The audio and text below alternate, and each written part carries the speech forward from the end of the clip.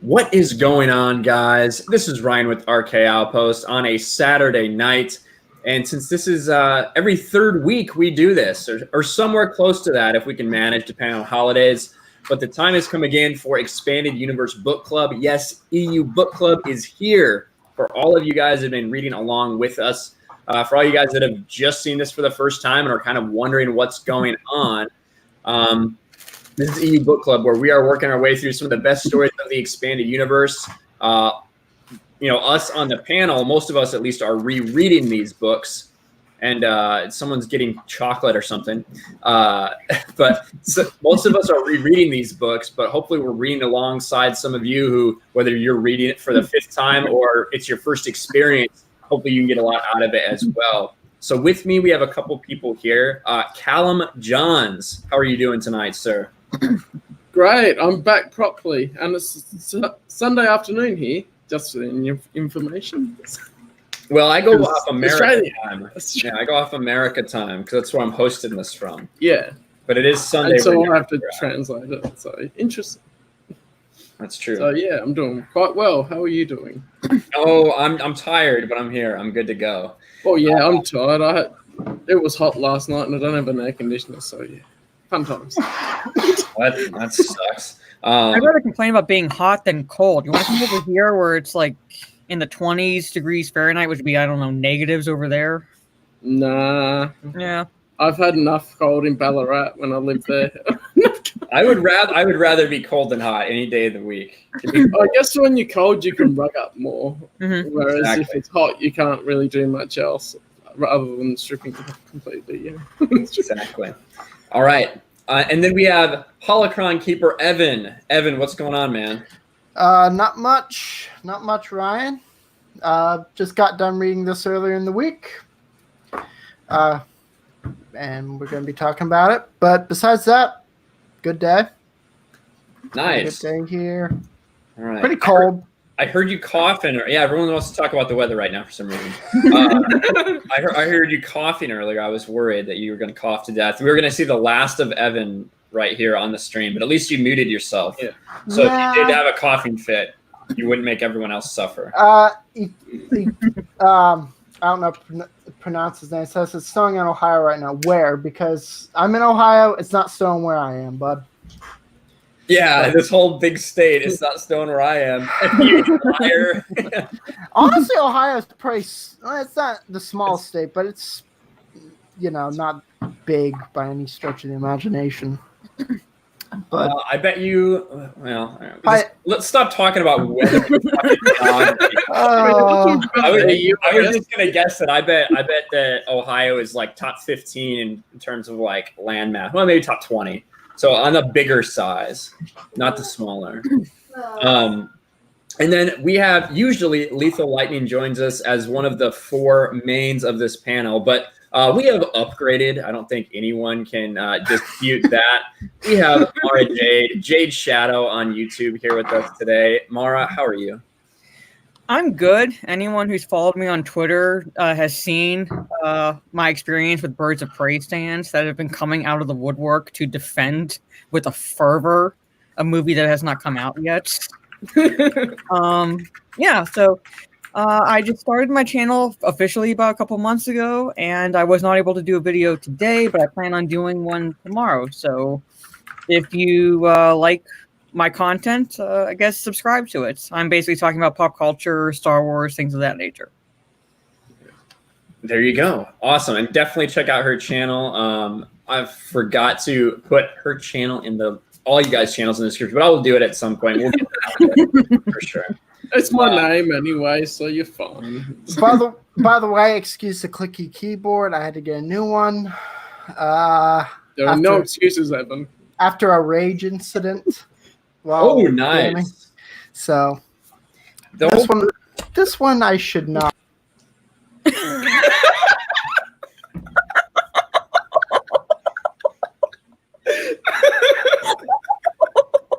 I don't know what happened, but Evan's back. I think his keyboard. Hello, Evan. Was it your new keyboard? I bumped like one of the function keys and it reloaded my damn freaking page. There you go. What a great way to start this stream. That's Of course, I was the first screw up here. Basically what just happened to Evan right there is Stupidity. basically what happened to Lord Khan at the end of the first book in the Bane trilogy. He basically just offed himself along with all the rest of the script. I didn't off you guys with me. That's true.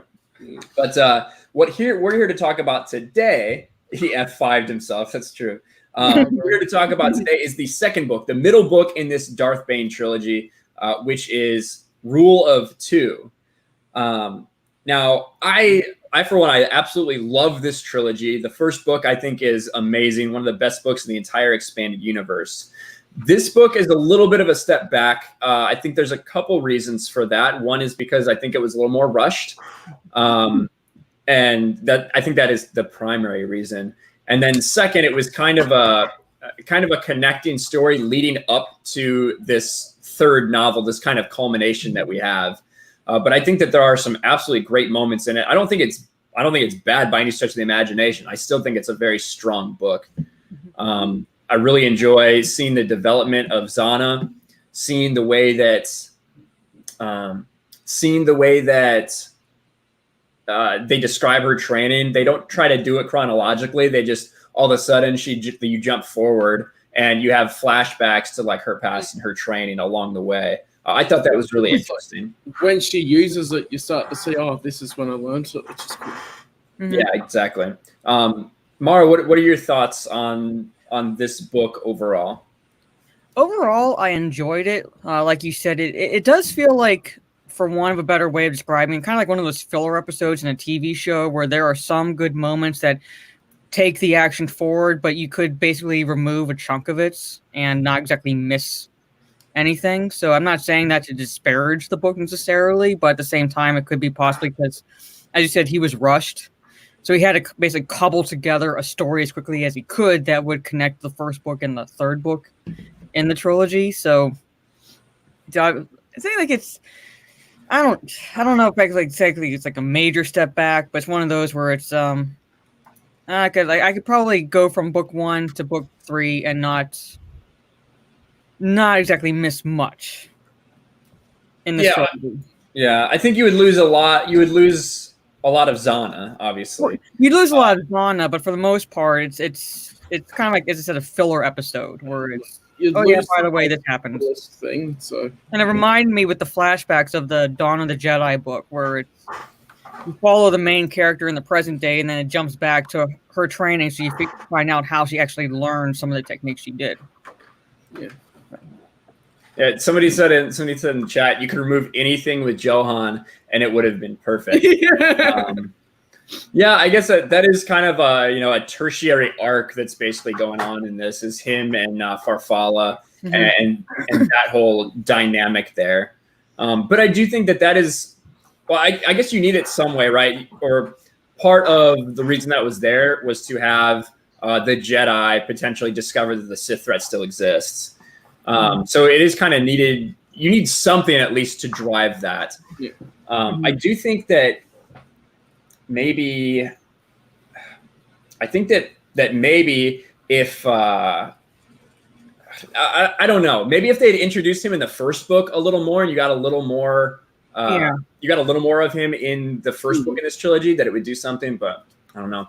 And you get more of him in Jedi versus Sith than you do in the book. That's true.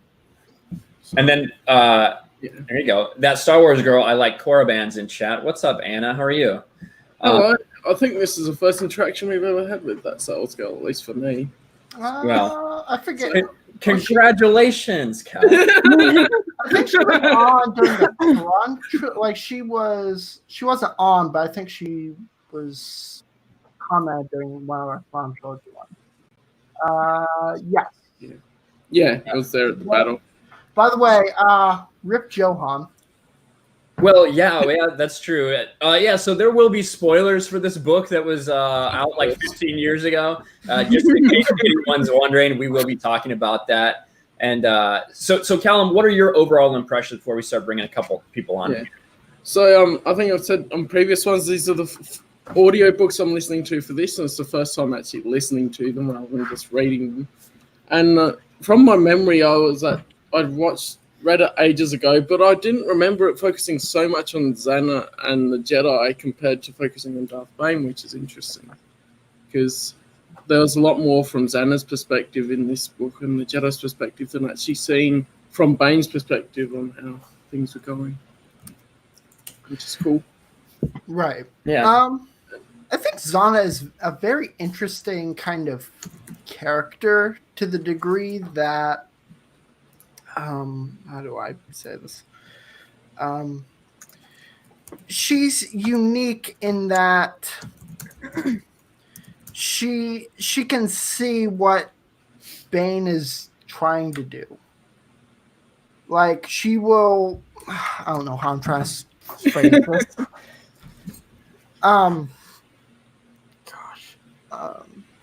Started and you don't know where it's going. Yeah, I know. I know. Like, Bane was very, how do I say this? Bane was very careful on choosing Xana as an apprentice. Really? Do you think so? Yeah. Was that sarcasm, Ryan?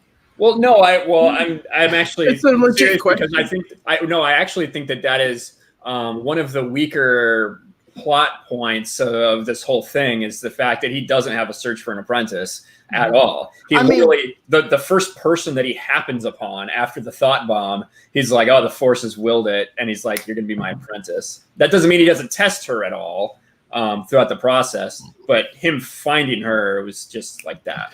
I mean, when you look at Star Wars, you need to think of people who always go on like the future is always in motion. And yet in Star Wars, we see throughout the expanding universe that true, the future is always in motion, but it seems like the Force guides the future more than it guides the actions of the individual. And it's a more of a, you can't really change the future. It's weird. It's,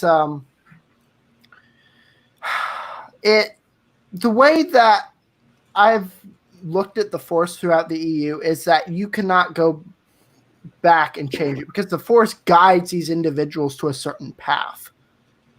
True, it's what you do at the certain path decides it, but at the same time, it's sometimes the Force will be like, I am here for a reason, and so I will continue on here. It doesn't feel like some characters make a decision as it is, but it's more as though the Force mostly guides how the future is.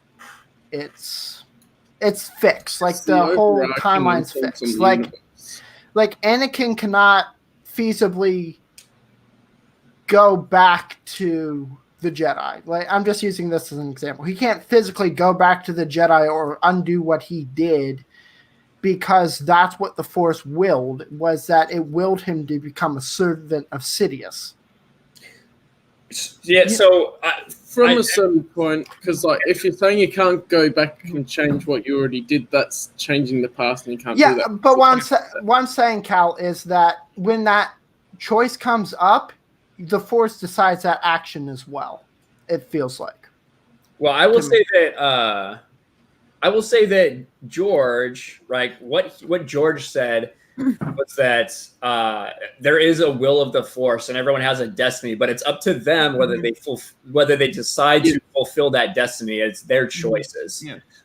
So I don't think that everything is laid out in necessarily this nice, easy manner.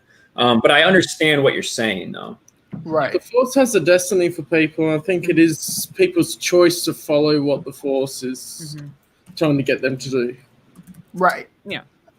So, like Evan said, they're brought to a certain point, and the Force can only lead them so far, at least to that point, and it's up to them to make a decision. It's like if the Force showing Luke what was happening to Han and Leia, and Luke chose to stay, what would have happened? How would the future have changed at that point?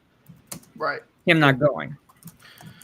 And like the thing of Anakin being shown the Force vision of Padme dying is what led to her dying, rather than exactly. So it definitely influences things. Right. As well as Palpatine just whispering in his ear and all that. Of course. We'll get into that probably more in the Revenge of the Sith novelization if we ever do that for book club. Sure, we'll get around to them eventually. But let's go back to, I think, the Darth Bane of course, rule 2. So I think Zana, true that Zana was right in front of her, and yes, he tested her first. In true, search for another apprentice. I mean, again, it's as the Force wills. I don't think that. What I was trying to say is, I don't think that there was much of a choice that Bane had in candidates, because he didn't want. Mm-hmm. He was very limited. I mean, he considered in the last book. I think was it. Oh darn! I'm already forgetting about the last book, like character names. That Bane considered taking one of the lords as an apprentice. Githany. He was thinking of Githany at one point, and then I think he had options, but but I think in his head it's like, no, that she isn't right because I don't think I can convert her, or I don't think she has a mindset for this. Mm-hmm. So I got to seek out other options, and it's Zana, which the Force wills to be at that place at that time that Bane took her. And even just taking out the Force element, you get Zana was in the perfect place for him, and she wasn't taught any of the doctrines from the Jedi or the Sith at the time, so he could mold the belief system he had. I forget. Did I thought Rain received a little bit of pre-training for the Jedi. Not really. It was pretty much she came from Samov Rit and landed on the planet, and then she killed the 2 Jedi, and he found her. But she was there with her brother. Cousins, I think. Cousins. Yeah, with her cousins. And there's the kind of thing. One of the big things about this book, and we'll go ahead and say it right now, is that Zana has some action. She's very untrained, and she has some pretty powerful actions through the Force in like moments of emotion. And people say, well, isn't that just like another person using powers, not being trained? What's the double standard? And I will say for Rain and for Zana, what is kind of pretty clear to me, and I think they explain it a little bit, is she is like almost like a conduit of the Force through her cousin. And she is they think he's Force sensitive, and he's the one that is actually receiving some like rudimentary training, and she's basically acting as a conduit through the Force. So I do think she is kind of receiving that training. Now, that being said, snapping people's necks just like that, even so, in a moment of great emotion, is still pretty crazy. Mary Sue, Donna. Yeah, because she actually receives training from Bane. No, but when she snaps their neck, she received no training. It's not uncommon when people are in emotional. I mean, yeah, that's why the Jedi take children as infants, so these abilities don't manifest themselves to that degree. And they can train them to the mindset of the Jedi. Yeah. Right. Priest Martin says like she also has an ability to control it. So while it does seem a bit, extreme, like a little bit of a stretch that she was a child and she was able to break the necks of 2 Jedi, you have to think that she has that power kind of emanating from her, and that extreme emotion that set her off, such as the loss of a friend, someone she has a bond with. I can see in that extreme emotional state something happening. And you think as well in the novel it even has pretty much straight after it, when she's following Bane, she doesn't know how to summon the power. Yeah. Yeah. She can't do it again without like the emotion behind it. Yeah. She does. And that's where it links into what Yoda says with the dark side being the easy path to power as well, I think. That's true. And Matt G, a $1 super chat. Thank you, Matt. Appreciate you, man. And guys, if you're just joining us, you should just smash that motherfucking like button. Share the stream out there. Let everybody know that we're talking Expanded Universe. I don't know why in my tweet it mentioned the potential whistleblower for thing. I do not know why that hashtag popped up. I swear I didn't put it. It's up there. So I'm not going to mention it because that's not what the stream's about. But that was very, very strange. But yeah, anyway. So I guess that's just kind of our general thoughts. I think we can all say maybe we think it's a little bit of a step back. Although I still think it's a really good book. I think the first one is just really, really good. Oh, yeah. And, with the way this one was rushed a little bit, I think it's the weakest of the trilogy, but still really enjoyable for me. We've got someone here who read it along with us who's going to join right now. Nice. And that is Storyman Jack, maybe better known as George Big Dick Lucas. What is going on, my friend? How are you doing? Well, it's been an incredible weekend. I'm up to 80 subs. Nice. We had a stream earlier, Orville Nation sent a bunch of people over, and we had a pretty long stream just discussing writing. I didn't like this book. I don't think it did not. No, it wasn't just rushed. He skips mechanics. The whole when like you were talking about with Zana having the emotional outburst, and she shouldn't have been able to control it to that degree. When Bane has his emotional outburst, when he can't fix a holocron, he destroys everything in the area. And she's untrained, and she has that kind of control to just hurt those people and not just explode with the rage that she's feeling. It seems contrived to me. You know what I mean? Well, you also got to think that they were the only people there at the time as well. Well, I think, I'm not going to argue that point with you, Jack. But I think that the way that, when you think about how someone can unleash their anger in real life, and, somebody can release it in a different form than someone else. So someone could have a mental breakdown to release anger and stuff, and others can just go into full-blown rage. I think that's kind of like how, there's different forms on how to unleash that. Zana's is more controlled, more of a controlled rage, whereas Bane's is more of a more savage rage, I'd say. Well, the thing is we're talking about a child at the time, though. Yeah. Right. And that kind of control takes maturity. It does. I agree. And not that.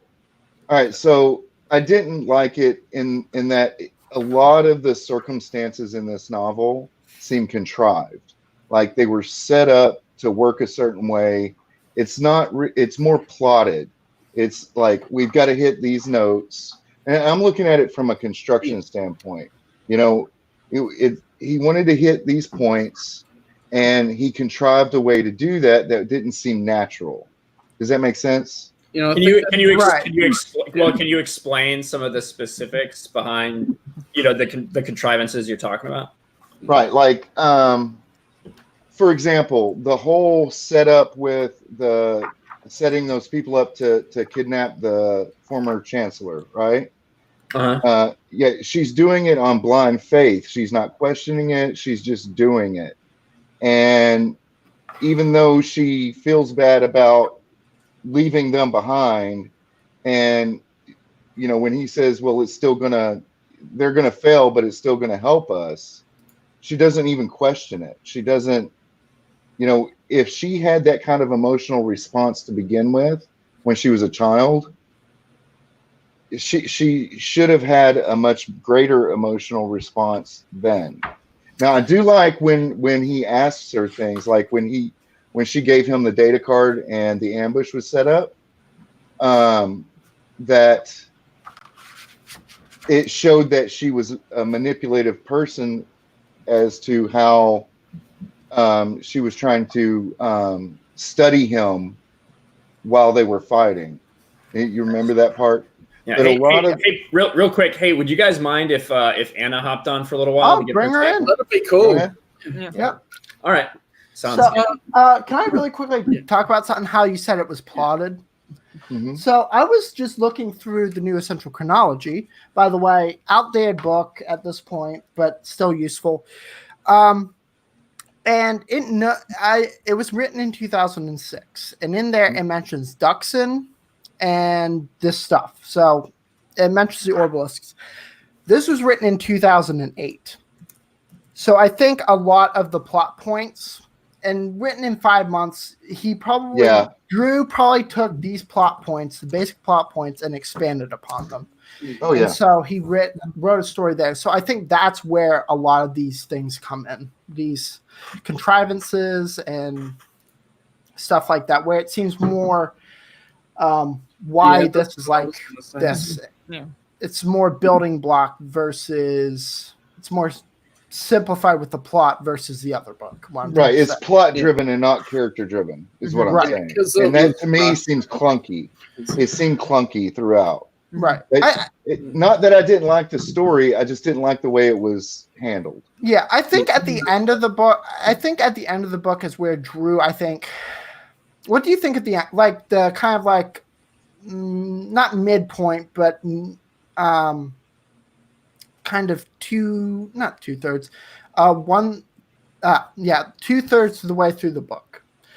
Would you say that it got better at that point when it came to kind of the writing and the plot? Are you talking about the climax when it starts to climax? Yeah. Like it does. With the Jedi Temple and going their separate ways. It does, but every story when you reach that point should be that way already. Right. And getting there was just tough. Was tough for me because it just seemed really clunky the way that it was. And granted, you're right. He wrote that really quick, and that, like Ryan said at the beginning, that's why it does seem clunky and contrived, is because he had to force it. Anytime you force the characters through a plot, it seems contrived like that, and it's just not something I really enjoy. Whereas you read the Thrawn novels and the other novels that we've read, it flows much better. It's from point to point without naturally, organically, and it just didn't seem organic. I think that I think that the first book is such an experience and such a deep book. This one just feels a little more like a normal Star Wars book feels. Right. It just doesn't quite have that same depth that the other one does. I'm not going to deny that. However, I do think that some of the things that you were bringing up, I kind of agree with Angela Straven with the fact that she does, like, she unleashes that rage like immediately. One of the things that Bane has to do with her is teach her how to control it. And she does a different way of unleashing her rage. And that's one of the things I think is so cool about the differences that they explain in like how people use the dark side. Because Bane, when they talk about it, they talk about that flame, that ember of rage that he slowly builds and then releases. Whereas Zana is like much more conniving and meticulous, kind of, as opposed, like, once she gets trained, as opposed to this explosion of rage. And that's why she takes to the sorcery aspect of everything. It's a different way of utilizing the Force rather than this just absolute brutality that Bane uses. Yeah, and I get that he was trying to show the contrast between the two. There's sorry. Go ahead. I was going to say there's a cunning from her, which is like born of self-preservation, because near the end she could have killed him, and she knows deep down that, like, she's not ready to take on the mantle. She still has more to learn from she still has more to learn. So, and even like leading up to that, it was like, I have, when she was almost caught by her cousin in the Jedi Temple in the library, it's like, okay, I have to save myself. I have to get back to Bane. So I'm going to take my cousin with me. Yeah. We take it back to Bane. So it's like she's basically, has that self-preservation, as I said, to keep going.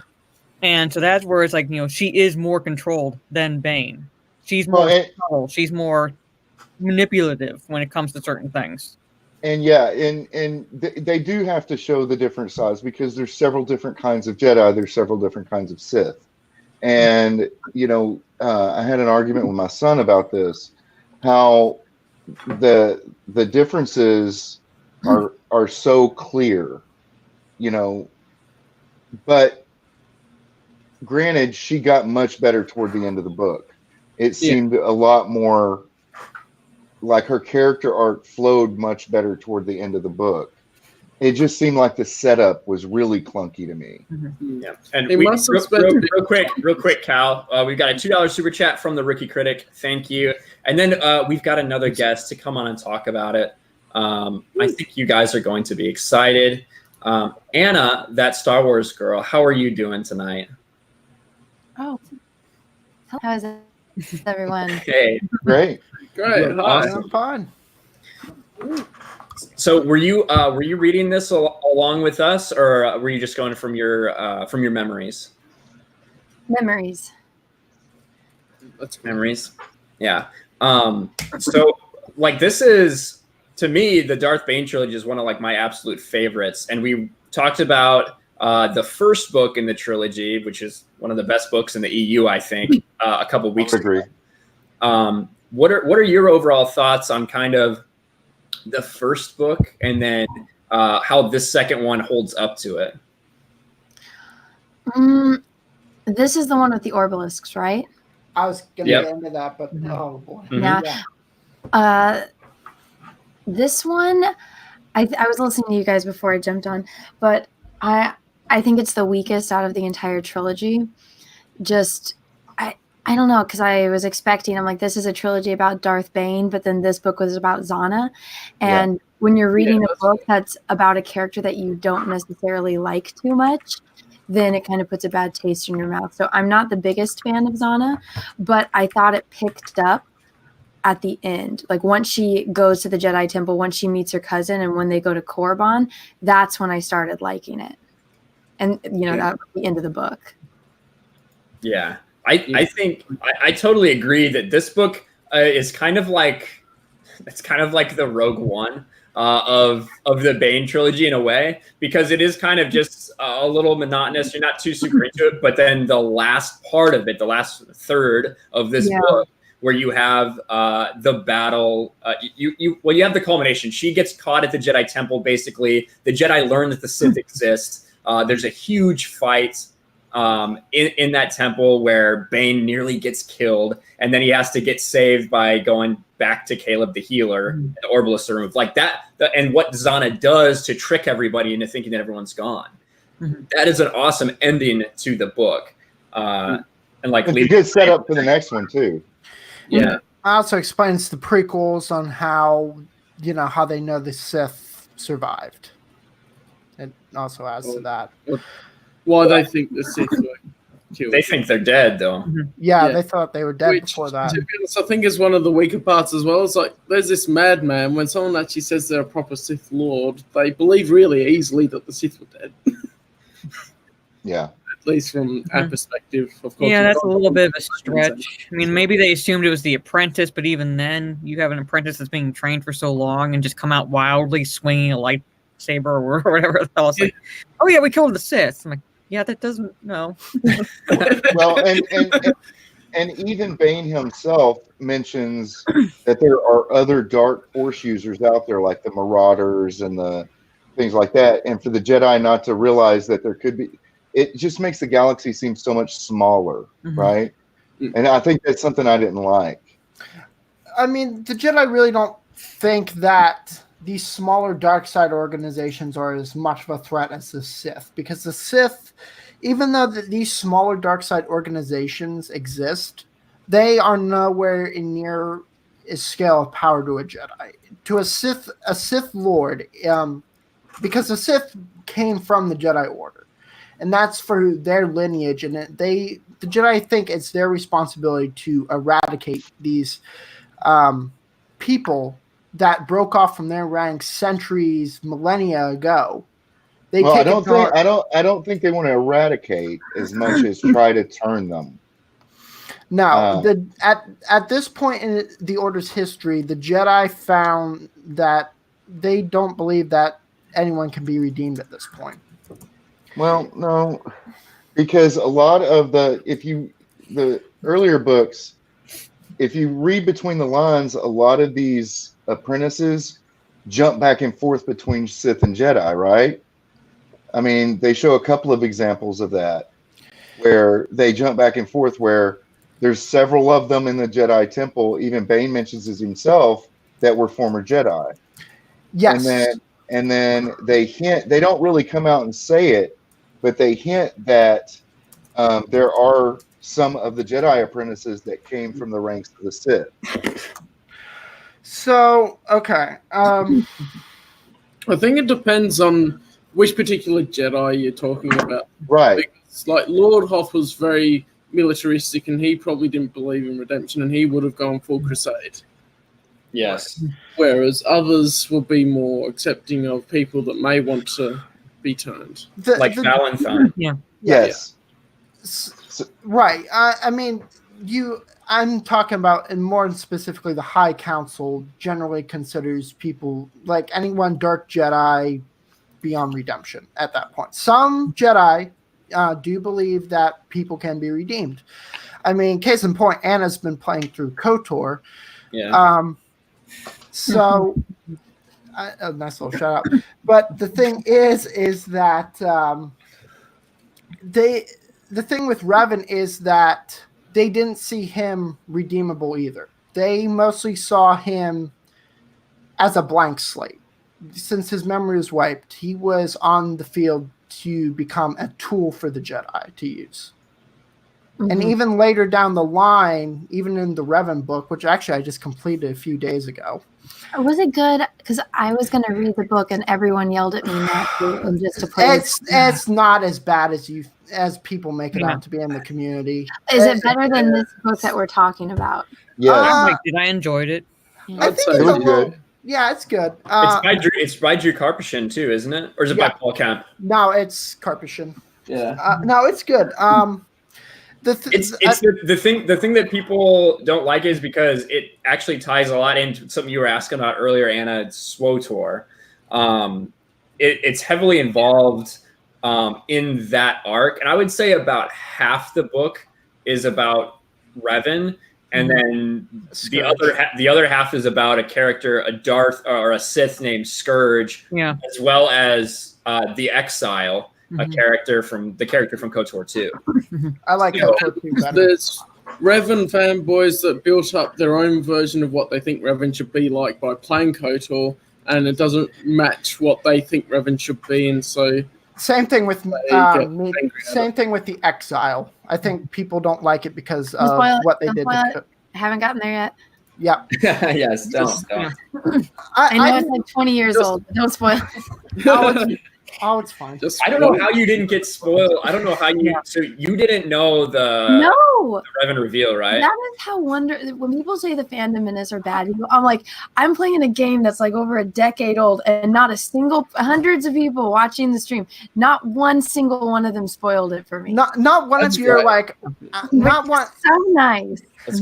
Not even one asshole troll that came into your thing. Thank God. Yeah. To be fair, though, I have it on my phone, and I'm not staring at the screen, like at the phone screen the whole time. I'm staring at my TV, so I kind of look back at the chat. So luck was on my side to where if there was a troll, I missed it, or my mods were on top of it, because that's the one thing I'm like, don't spoil it. Right. Yeah. Or even maybe if somebody came in and was like, you're Revan, right? You'd be like, that's stupid. Yeah. Well, it all boils down to it's like just read it for yourself. We have our impressions of the book and just basically judge accordingly. I enjoyed it for what it was, and don't go off of how it is in KOTOR. Yeah.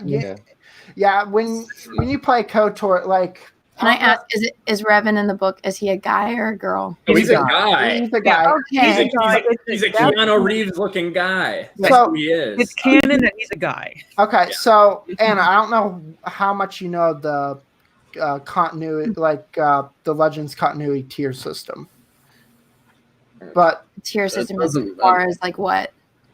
There are multiple tiers of canon where you had C, S. I mean, I could send you a picture on Twitter of a chart I made, a graphic I made, but Sure. essentially any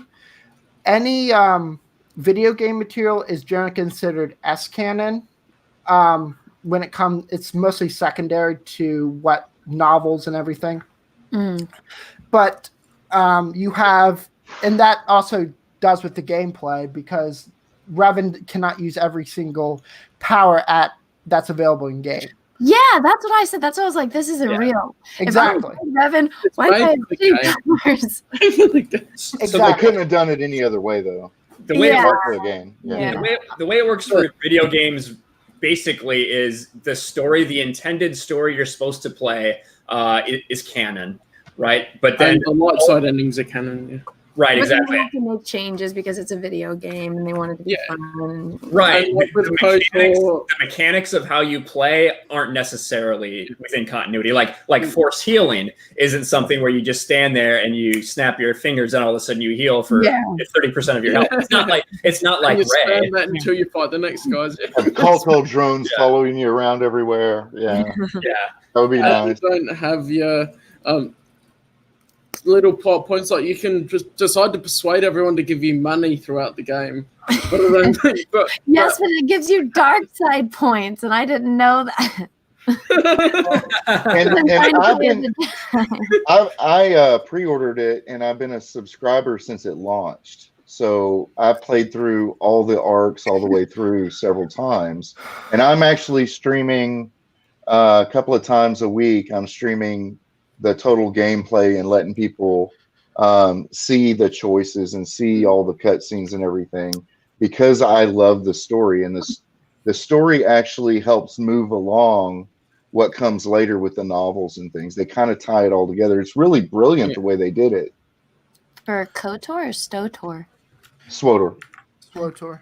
Yeah, I'd been subscribed since it came out, but then something happened with the EA account billing, and I have to try and ring them, and they don't have an Aussie number. Yeah, they don't have good support. They don't want me to pay them. I have paid them so much fucking money over the years. It's insane. Yeah. Speaking of money, Devil Eyed Elvis for $10. Thank you, man. I appreciate you. I appreciate you for more than just super chat, man. So thank you. You know what you did. So I appreciate it. The problem is with SWTOR. Well, after this, I think we should get back on topic. But of course, yeah. The thing with SWTOR with me is that I played the game. I've subscribed 2 or 3 different times now. Oh, I appreciate the color coordination. Thank you. I went to a graphic design school. I think you would, resonate with that as an artist. I hated the graphic design classes I was forced to take. So, but I like the way it looks. I just know how tedious this stuff is. No, but the thing is, SWTOR, I would play. Me and Cal did a series for a while, and I hope to go back to that at some point once I get money for it. Really hard to work out between us. Yeah, it'll come back sometime in the summer once he's off. And I'm not gonna promise anything, but we'll see how things go. Oh wow, okay. I see how it is. Like sometimes I'm busy. No, I know like, that. Oh, we can play now. And I'm like, we'd have to coordinate, of course, but yeah. No, the thing is like, again, like I have to pay for a whole subscription just to play this game to make it actually playable. Because without the subscription, you are severely limited. Free to play is weird. I actually would say that we have a lot of free to play players in the Fandom Menace Guild who are playing just through the storyline perfectly fine. Yeah, that's pretty much what I do. Now if you want to know if Star Wars Fortnite, is that what this is? No. It's Star Wars World of Warcraft, essentially. Yeah. Okay. But more story driven. Mm-hmm. Yeah, and that is the best you part can of play it Switch. all by yourself just for the story, and it's still good. Yeah, the story is really good in it, and it actually it ties into the novelizations and everything. So, and there Revan is heavily in it. I think the second expansion He's alive. Yeah, and there's a couple of flashpoints on both sides. Yeah. So that you play story through, and we won't spoil things, but he's in those. That's true. What was I going to say? Darth Bane, Yeah, Darth Bane. What we're actually supposed to be talking about. yeah. That's all right. Well, it's all connected, right? Because Drew It's Carpenter. the EU. It's all connected together, and how everything turns out. I mean, the rule of two came from Revan, to be honest. Bane just extrapolated it from the Revan holocron. So They made it official. Yeah, exactly. And I do think it is. So it's we haven't got to the third book in here yet, but all in each and every one of these books, it's like predicated on Bane finding a holocron to like learn something from. And obviously in the first one, the Revan holocron was like instrumental in him developing the whole rule of two as a precedent and determining that was the way that his Sith were going to go. And in this one, in the beginning, you have him, going to find a different holocron. The holocron of freedom, that isn't it? Exactly, on Duxon, I think. yes. And so this is where KOTOR 2 comes in, because Onderon and Duxon, you spend a lot of time on those planets in KOTOR 2. You spoil it for me, I will kill you. I'm not spoiling. They're just planets. They're I'm just letting you know. I'm just letting you know. But At least it's not Jakku.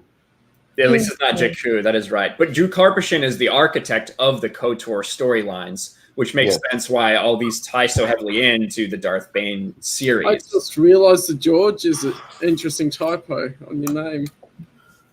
It's done on purpose. Fair enough. I was starting my channel when Jeremy suggested this name, and somebody said, I wouldn't put his actual name like that. You could get in trouble. So I did it that way on purpose. I just automatically auto-corrected it in my brain to the right way around anyway. Yeah, hardly anybody notices. Jeremy has a really hard time with it, though. So, did you talk about the Freedom Nad stuff, or We just mentioned Go for it. Chronological order, because doesn't right after he meets Sana and then he says, "Deuces, get off the planet, meet me here," and then meet me on Duxon? Once you play Anna, once you play KOTOR, the second KOTOR game, you will go to Duxon. So She knows that. We just said that, Evan. well, I was Have gone. you been paying attention? I was gone. I had to get another drink. Yeah, how much alcohol's in there? Nothing right now. You want me to put some in? No, please please don't. Okay. I just want you to know, I almost bought that shirt, the Yoda with the reed, but they didn't have any left in my size. I was so mad. Oh, they have a Princess Leia and a Vader one too, but Oh yeah, I haven't checked their site in a while. it's they have journals as well. No, but did you mention the comic book series dealing with that? Mad stuff. No. Go ahead. So there is a comic book series. These are some of the first Dark Horse comics. This series was called Tales of the Jedi. These were back in the mid 90s. And so it tells a story of, I think, 50 years before Revan, about the Sith War. And there's a thing called the Freedom Nat Uprising kind of books, which kind of deals with Onderon and everything like that. So very interesting. The trade paperback for it is quite expensive. I just recommend. Comics are expensive anyway. A lot of those comics I found out the other day. If you have Amazon Prime, you can get them on Kindle for free. Yeah, because I bought the second omnibus. It was like $22 for Legacy, and they wanted $100 for the first one, and I went and was going to buy it, and it said free on Kindle, so I just downloaded it. right. Or you can just go to a special website. Yeah. Or you can do it that way. But as a writer, I would prefer not to steal other people's work. That's true. Right. So It's free on Kindle. You're technically already paying for it in Amazon Prime. just give Jeff Bezos more money. Better than giving it to Disney. Are you 20 sure? years 'Cause he's one of the is richest before people is on the Earth. last Tales of the Jedi comic. So Yeah, but here's the Big. thing about Jeff. He gets me my stuff within 24 hours. I mean, this is And true. I'm satisfied with the product that I paid He's for. more And- reliable than Disney. So at this And point, he doesn't mess with what he took. He's taking these TV shows and he's not messing with them. He's just putting them on his platform and giving them another chance. All right, fair. yeah. Thanks. I'm good. Darth Bane. Darth Bane. Yeah, that's So- fine. So what do you? Okay, so we do have to get Teresa in here. Yeah. Teresa Martin's coming I on can- next. I Jack. can drop out. Yeah. I Okay, can why drop don't you out. why don't you give Is there your? anything else you want to say before Yeah. you go? There you go. So, I didn't like it because it seemed contrived and clunky in the beginning, but it does make up for it toward the end. And it's necessary to lead into the last book, which is a really good book. If you would check out my channel, it's Storyman Jack. It's all of this stuff from a writing perspective, even what I think the failures were with Disney and how they did everything. And I also have creative writing, basically a creative writing course, episodic on there as well. So thanks for having me on, Ron. I just put your link in chat there too. Okay. So hey, thanks for Appreciate coming on, man. It's awesome. I appreciate you. Nice to see you again, Talk. Jack. Nice to Bye. meet you. Thank you. All right. So now I went ahead and sent that link to you, Teresa, and I am actively.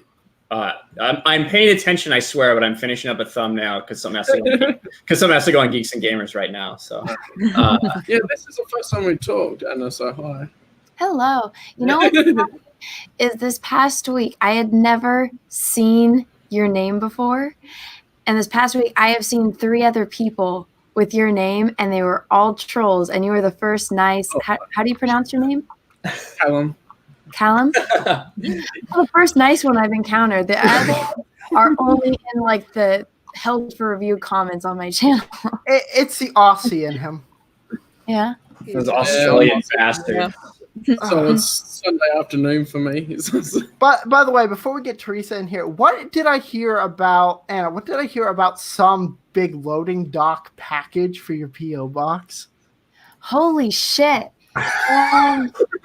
I got this giant computer, which I'm just like, I mean, let me. It's like hard to even process that. You know what I mean? Well, I'm just like, I had it in the back of my truck. Like I'm so worried that something is damaged, but it didn't. I guess it's a multi-part present, and so there's no power cords for it yet. So I can't plug it in to make sure nothing was damaged. But oh my god! And I didn't know what it was at first because I had a moment, the boomer moment. That's amazing, though. People said gaming, so I'm like, what is it? Some kind of GameCube that's giant.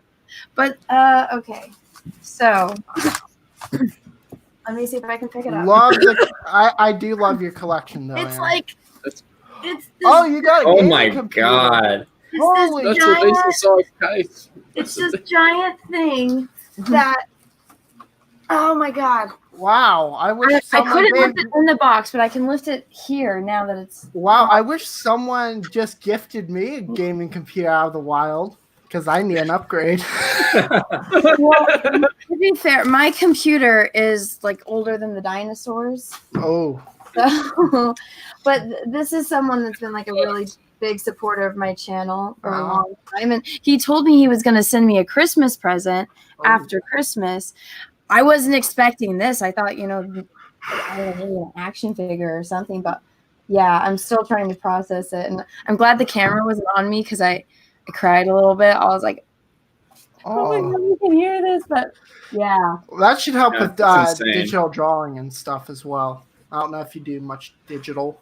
oh yeah, I hate it, but I have to do it. But I have a Cintiq companion that runs like Windows 10 or something, and then I have my other Cintiq hooked up to it. So the computer that I'm currently using, it's not even powerful to run Photoshop. It can barely run Paint. Oh my god! What are you using? A computer from the 90s? Yes. I have to Oh say, my god! I have to say, Anna, that I almost got in trouble because evidently it was someone named Ryan that gave you your computer based on your tweet, and some people started tagging me in Twitter. Yeah, and people asked Ryan Skywalker. They tagged him. They're like, "Hey, did you get that computer for Annie?" He's like, "No, I'm pretty sure it was Ryan Kinel." And I just get tagged in, so I'm like, "What the hell's even going on?" And they're like, "Oh yeah, he's got a YouTube channel. It figures he's probably loaded." And I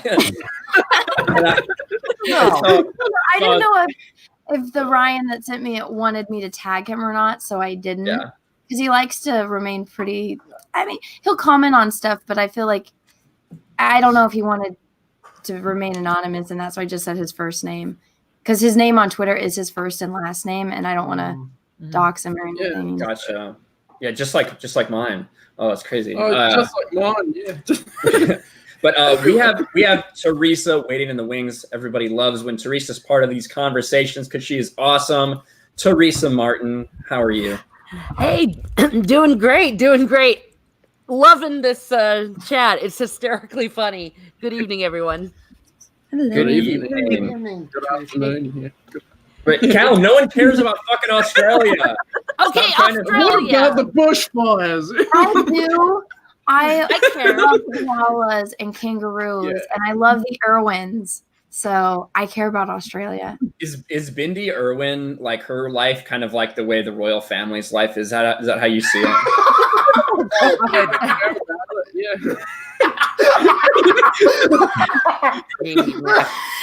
She's not passing over the news as much. Evan, Are you terrified going outside of I'm like sorry. the snakes and spiders? are you afraid of snakes and spiders? No, I haven't seen snakes much at all. Lisa was Spiders telling are us- around in my place You sometimes. guys have like all of those venomous snakes in Yeah. the world. He's got like Australia's got But the I don't- big stick bugs. As long as you don't be stupid, you're fine. Have you ever, I can tell you, a majority of America would die there. I know. have you ever boxed a kangaroo? No, there's some that filled up the backyard of the place I used to live, though. It's pretty cool. Question: if Lethal was here, would we be asking him these questions as well? Probably. Yeah. He wouldn't even need to wait for the questions. He would just tell us.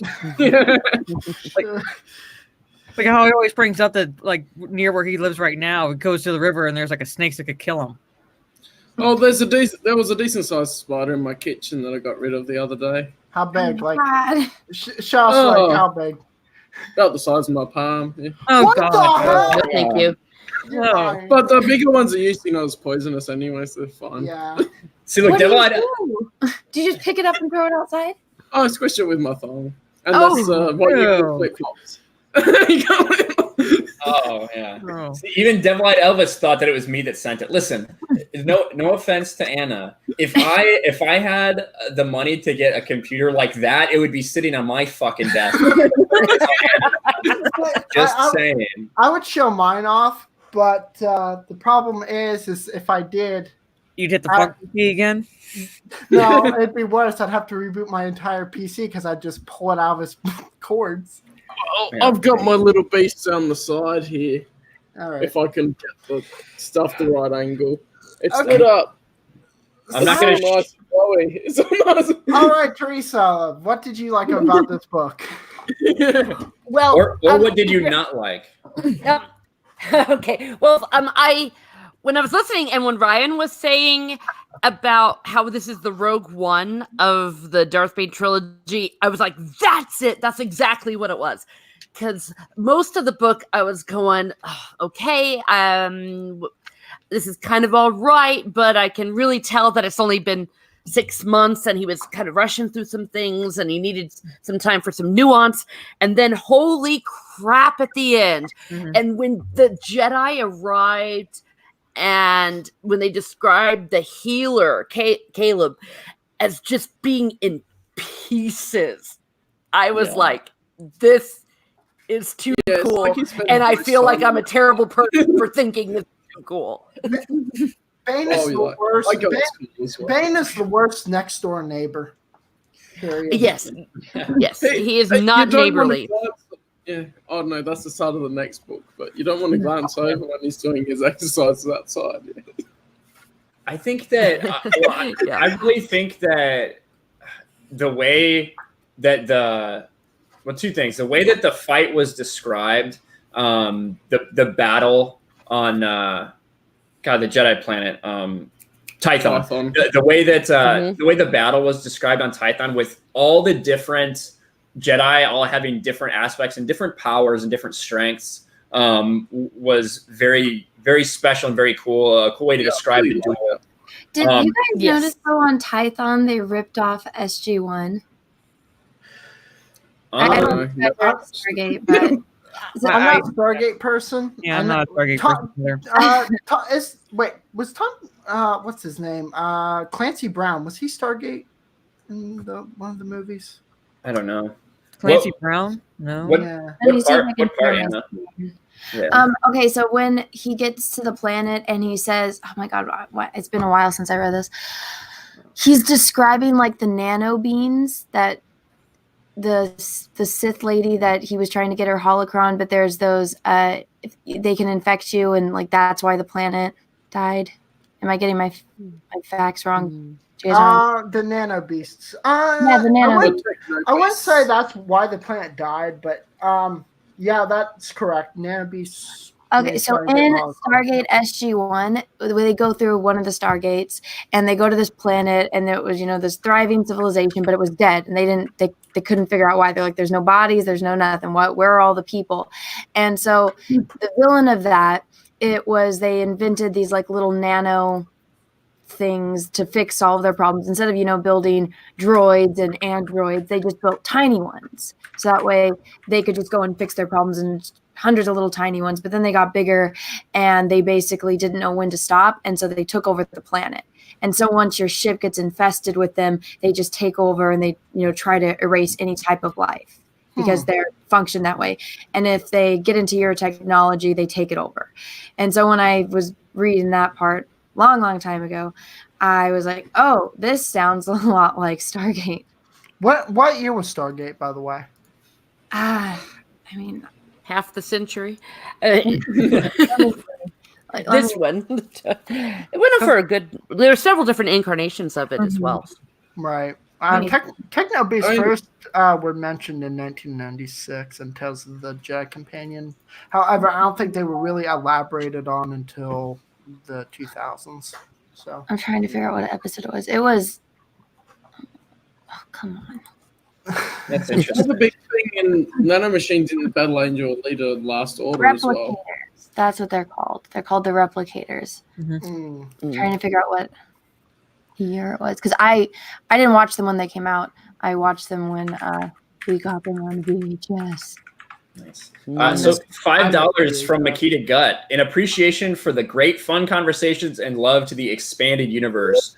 Awesome to see the chat and panelists enjoying Star Wars. Exactly. Isn't that refreshing to be able to sit here and enjoy Star Wars? Because that's what the EU can do. Not like so much of what we're getting from Disney. Correct. Yes. Unless you're one of the people who likes Baby Yoda on the panel. I love Baby Yoda. Yeah. The second I saw it, I pre-ordered my $350 Baby Yoda. God. Hey, go, Fair enough. Brother Bear. Nothing personal against that. It's cute, but it's a marketing gimmick. It's fine. It's I working. will buy the shit out of it. Okay, Stargate SG-1 was in 1997 to 2007. All right. Oh, there we are. So Yeah. right around the same time frame. Yeah. Yeah, but it ended in 2007, which means the episode with the replicators was before. Right. Yeah. Yeah. Yeah, well, yeah. What Evan was saying was Tales of the Jedi is where the Techno Beasts like first originated in '96. Yeah, I think they were later talked about more in the New Essential Guide to Droids, and then I think it picked up. Well, and a lot of science fiction, especially in like the late '90s, did kind of bar off each other. Whether it was something like that, different enough. Yeah. Or like when you think of the Yuzong Vong and like the biotech, that was also like a really common thing that started popping up in the late 90s as well, was like these organic technology kind of things. They were doing some biotech in the old Marvel comics as well. Yeah. So that was like some organically grown structures and stuff. All right. So Teresa, back to Teresa. Tell us about your experience. Tell us more. Oh, well, I was rather creeped out by the first part of the book when Zana was a young thing and doing those really creepy things like killing the people and when she was shooting them, and the way Bane was with her, and it's like, it really was coming across as child abuse, the way he was manipulating her. And so I was very well. So I was very, very relieved when they jumped 10 years. Yeah, and I was also a little bit traumatized when I was trying to figure out, when immediately you had Zana being a lover, knowing how to use her sexuality to be an evil Sith. It's like, oh my gosh, I don't want to know where she learned that from. Teresa, talking about Githany. Teresa, I forget, were you here last book club when I talked about the origin of Zana's name? Like, I was here at the last one. Yes. All right. Yeah. Again, her name comes from kind of like a temptress type kind of origin. So. Well, and sure, it makes sense, doesn't it, that a Sith would use whatever tools at their disposal. And I mean, look how much that Twi'lek dude that she was in bed with, he sang like a canary because she helped him canary, I guess. You know what I'm saying?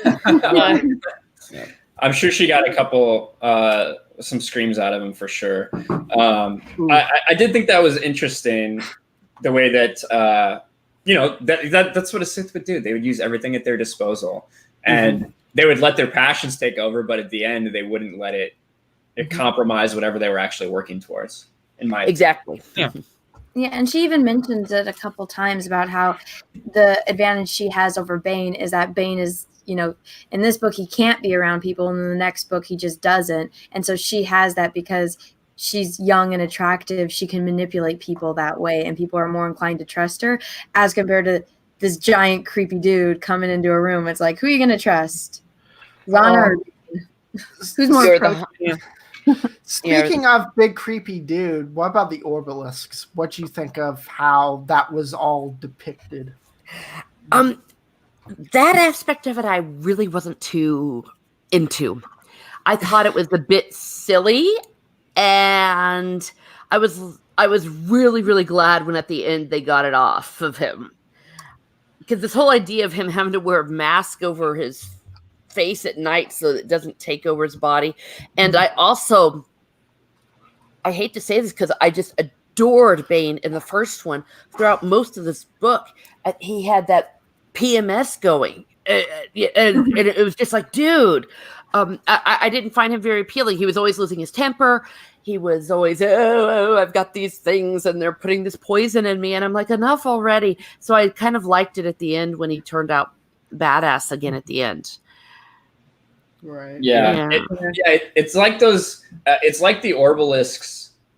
They're such a detriment to him in so many ways, except combat. You know what I mean? Yeah. And the thing is, he got destroyed by combat.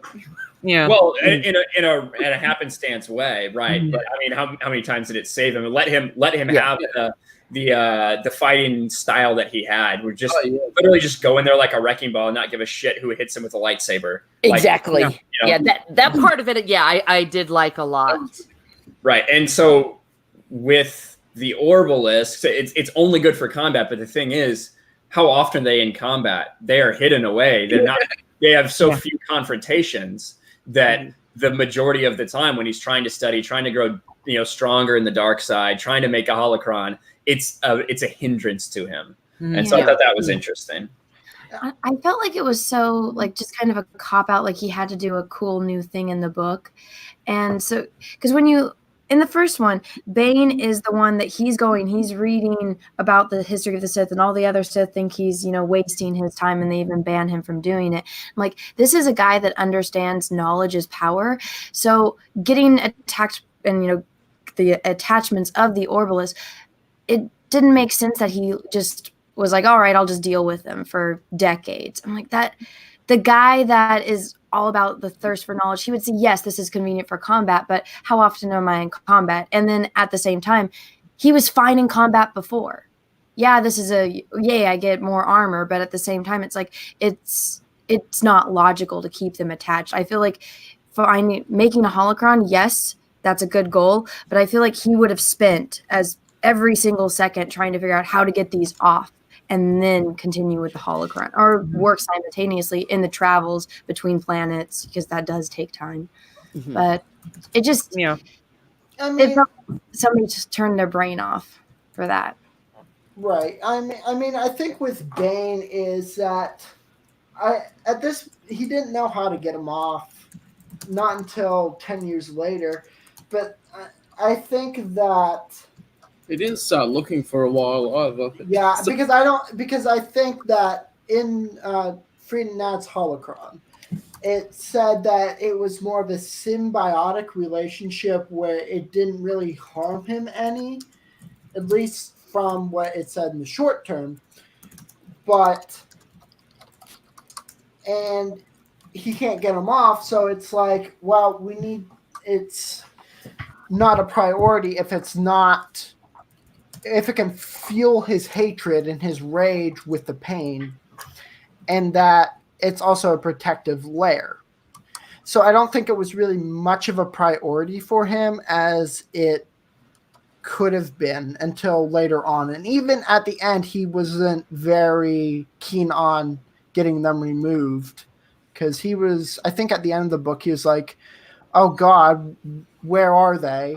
I mean, Because it says after he finds out that it wasn't the Orbalisk that were causing the problems with the holocron, he was reconsidering removing him. right, exactly. And I think it's because of they weren't affecting him in any negative way unless they are killed, which is what happened, of course.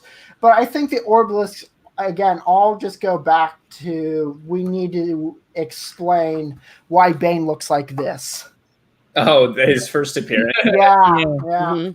We need to explain why he looks like that. So Maybe.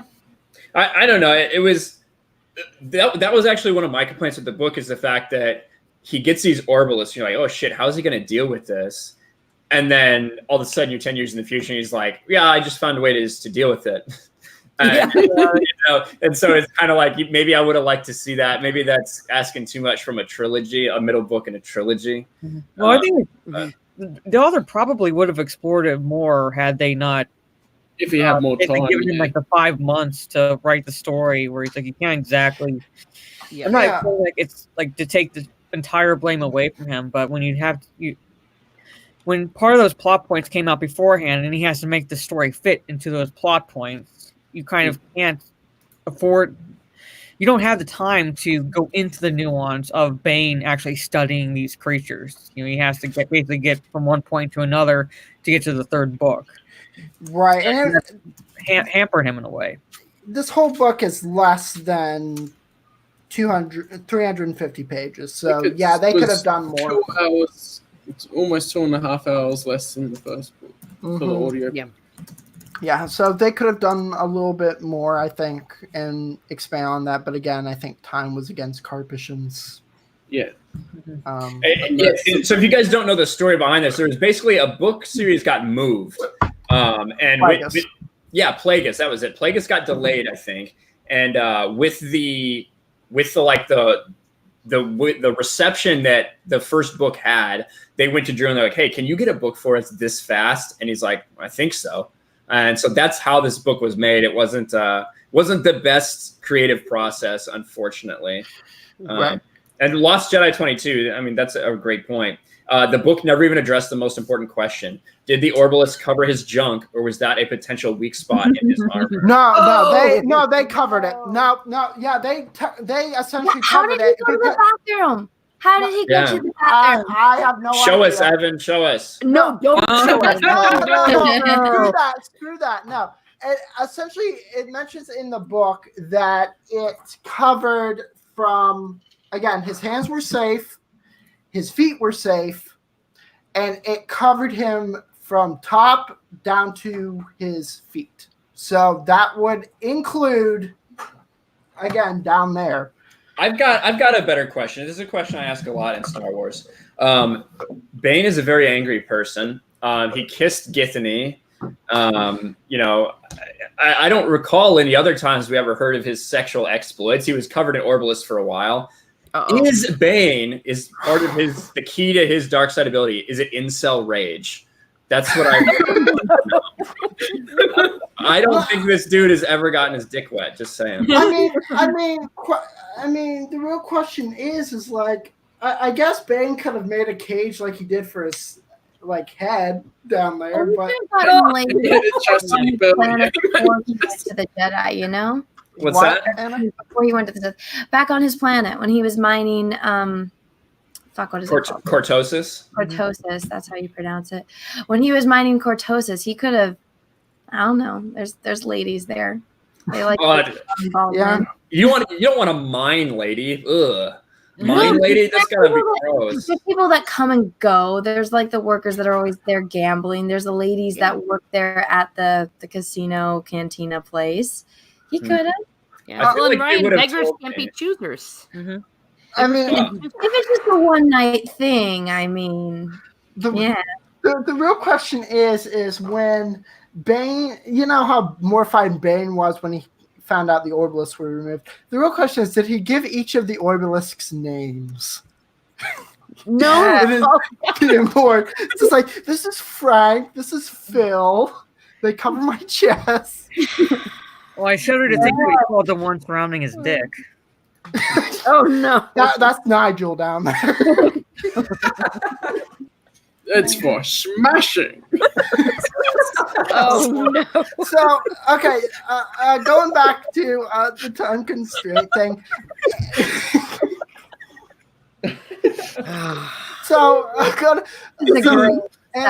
Going back to the time constraint, what do you think of the cover for this book compared to the other two? I hate it. It sucks. That doesn't have much work put into it compared to the others. I want to hear from the artist. It's just like it was like one of those like the quickest like covers possible. Like throw whatever shit together you can, and we'll like put it on to the cover. Basically, it was. This is some of the worst cover art I've seen for a Star Wars book. They literally went into Daz. They posed their characters, and then they added they went on Google. They got some fire PNGs. They put it in front and behind. They did the little blur tool. Yeah. This is from John Van Fleet did that. John Van Fleet does some good art. Yeah. The problem is, I mean, the one thing they could have done with this book series, and I've said this, I think, on Twitter or the last book club, that I want, with the Legends reprint, why can't you reprint this with its original cover art that they intended to use for the book? Because China got it. So here's no, I'm showing. So here's the three covers, right? So Path of Destruction, Dynasty of Evil, which we haven't read yet, and then Rule of Two. Yeah. And you can just see it doesn't I don't understand why the art is so different.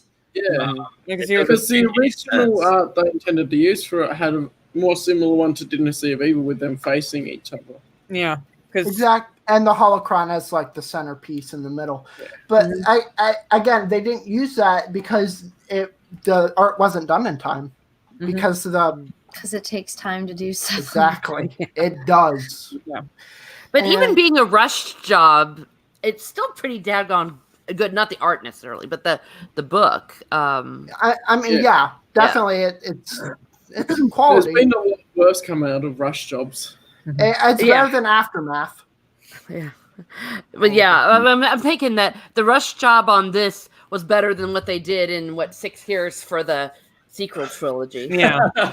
Yeah, there was more planning and dedication and love that went into this book than there was in the entire Disney trilogy. Oh, it's Yeah. almost like they had a plot, like where they were going to go with it for this book, though. Yeah, it's strange how that concept works. Yeah. Well, another one aspect about the trilogy so far, but I really felt it in this one, is how there's a little bit of the poor SOBs who are the quote unquote like the admirals on characters that you're thinking, oh, okay, this might be the next apprentice, or this one might like, and then no, they get killed. No, they get killed, and then at the end they are after getting killed. I hate the fact that I'm rooting for these evil people. But when Zana was thinking, oh, maybe I'll get this one dude, this rich boy, I forget his name, and he'll maybe he'll be my apprentice. I'll see how he'll do. And then he totally sucked. Dude. Yeah, and then she says like, oh, I'll just watch him die. Okay, and then he goes, but I'm older than you. She kills her cousin because I was thinking, oh, I really thought maybe this is going to be the one that she's going to train up for when she kills Bane, and then it's like, nope, dead. And of course, the thought from the first one, whatever her name was. Wait, the thought bomb? Yeah. Well, the thought THOT. Yeah.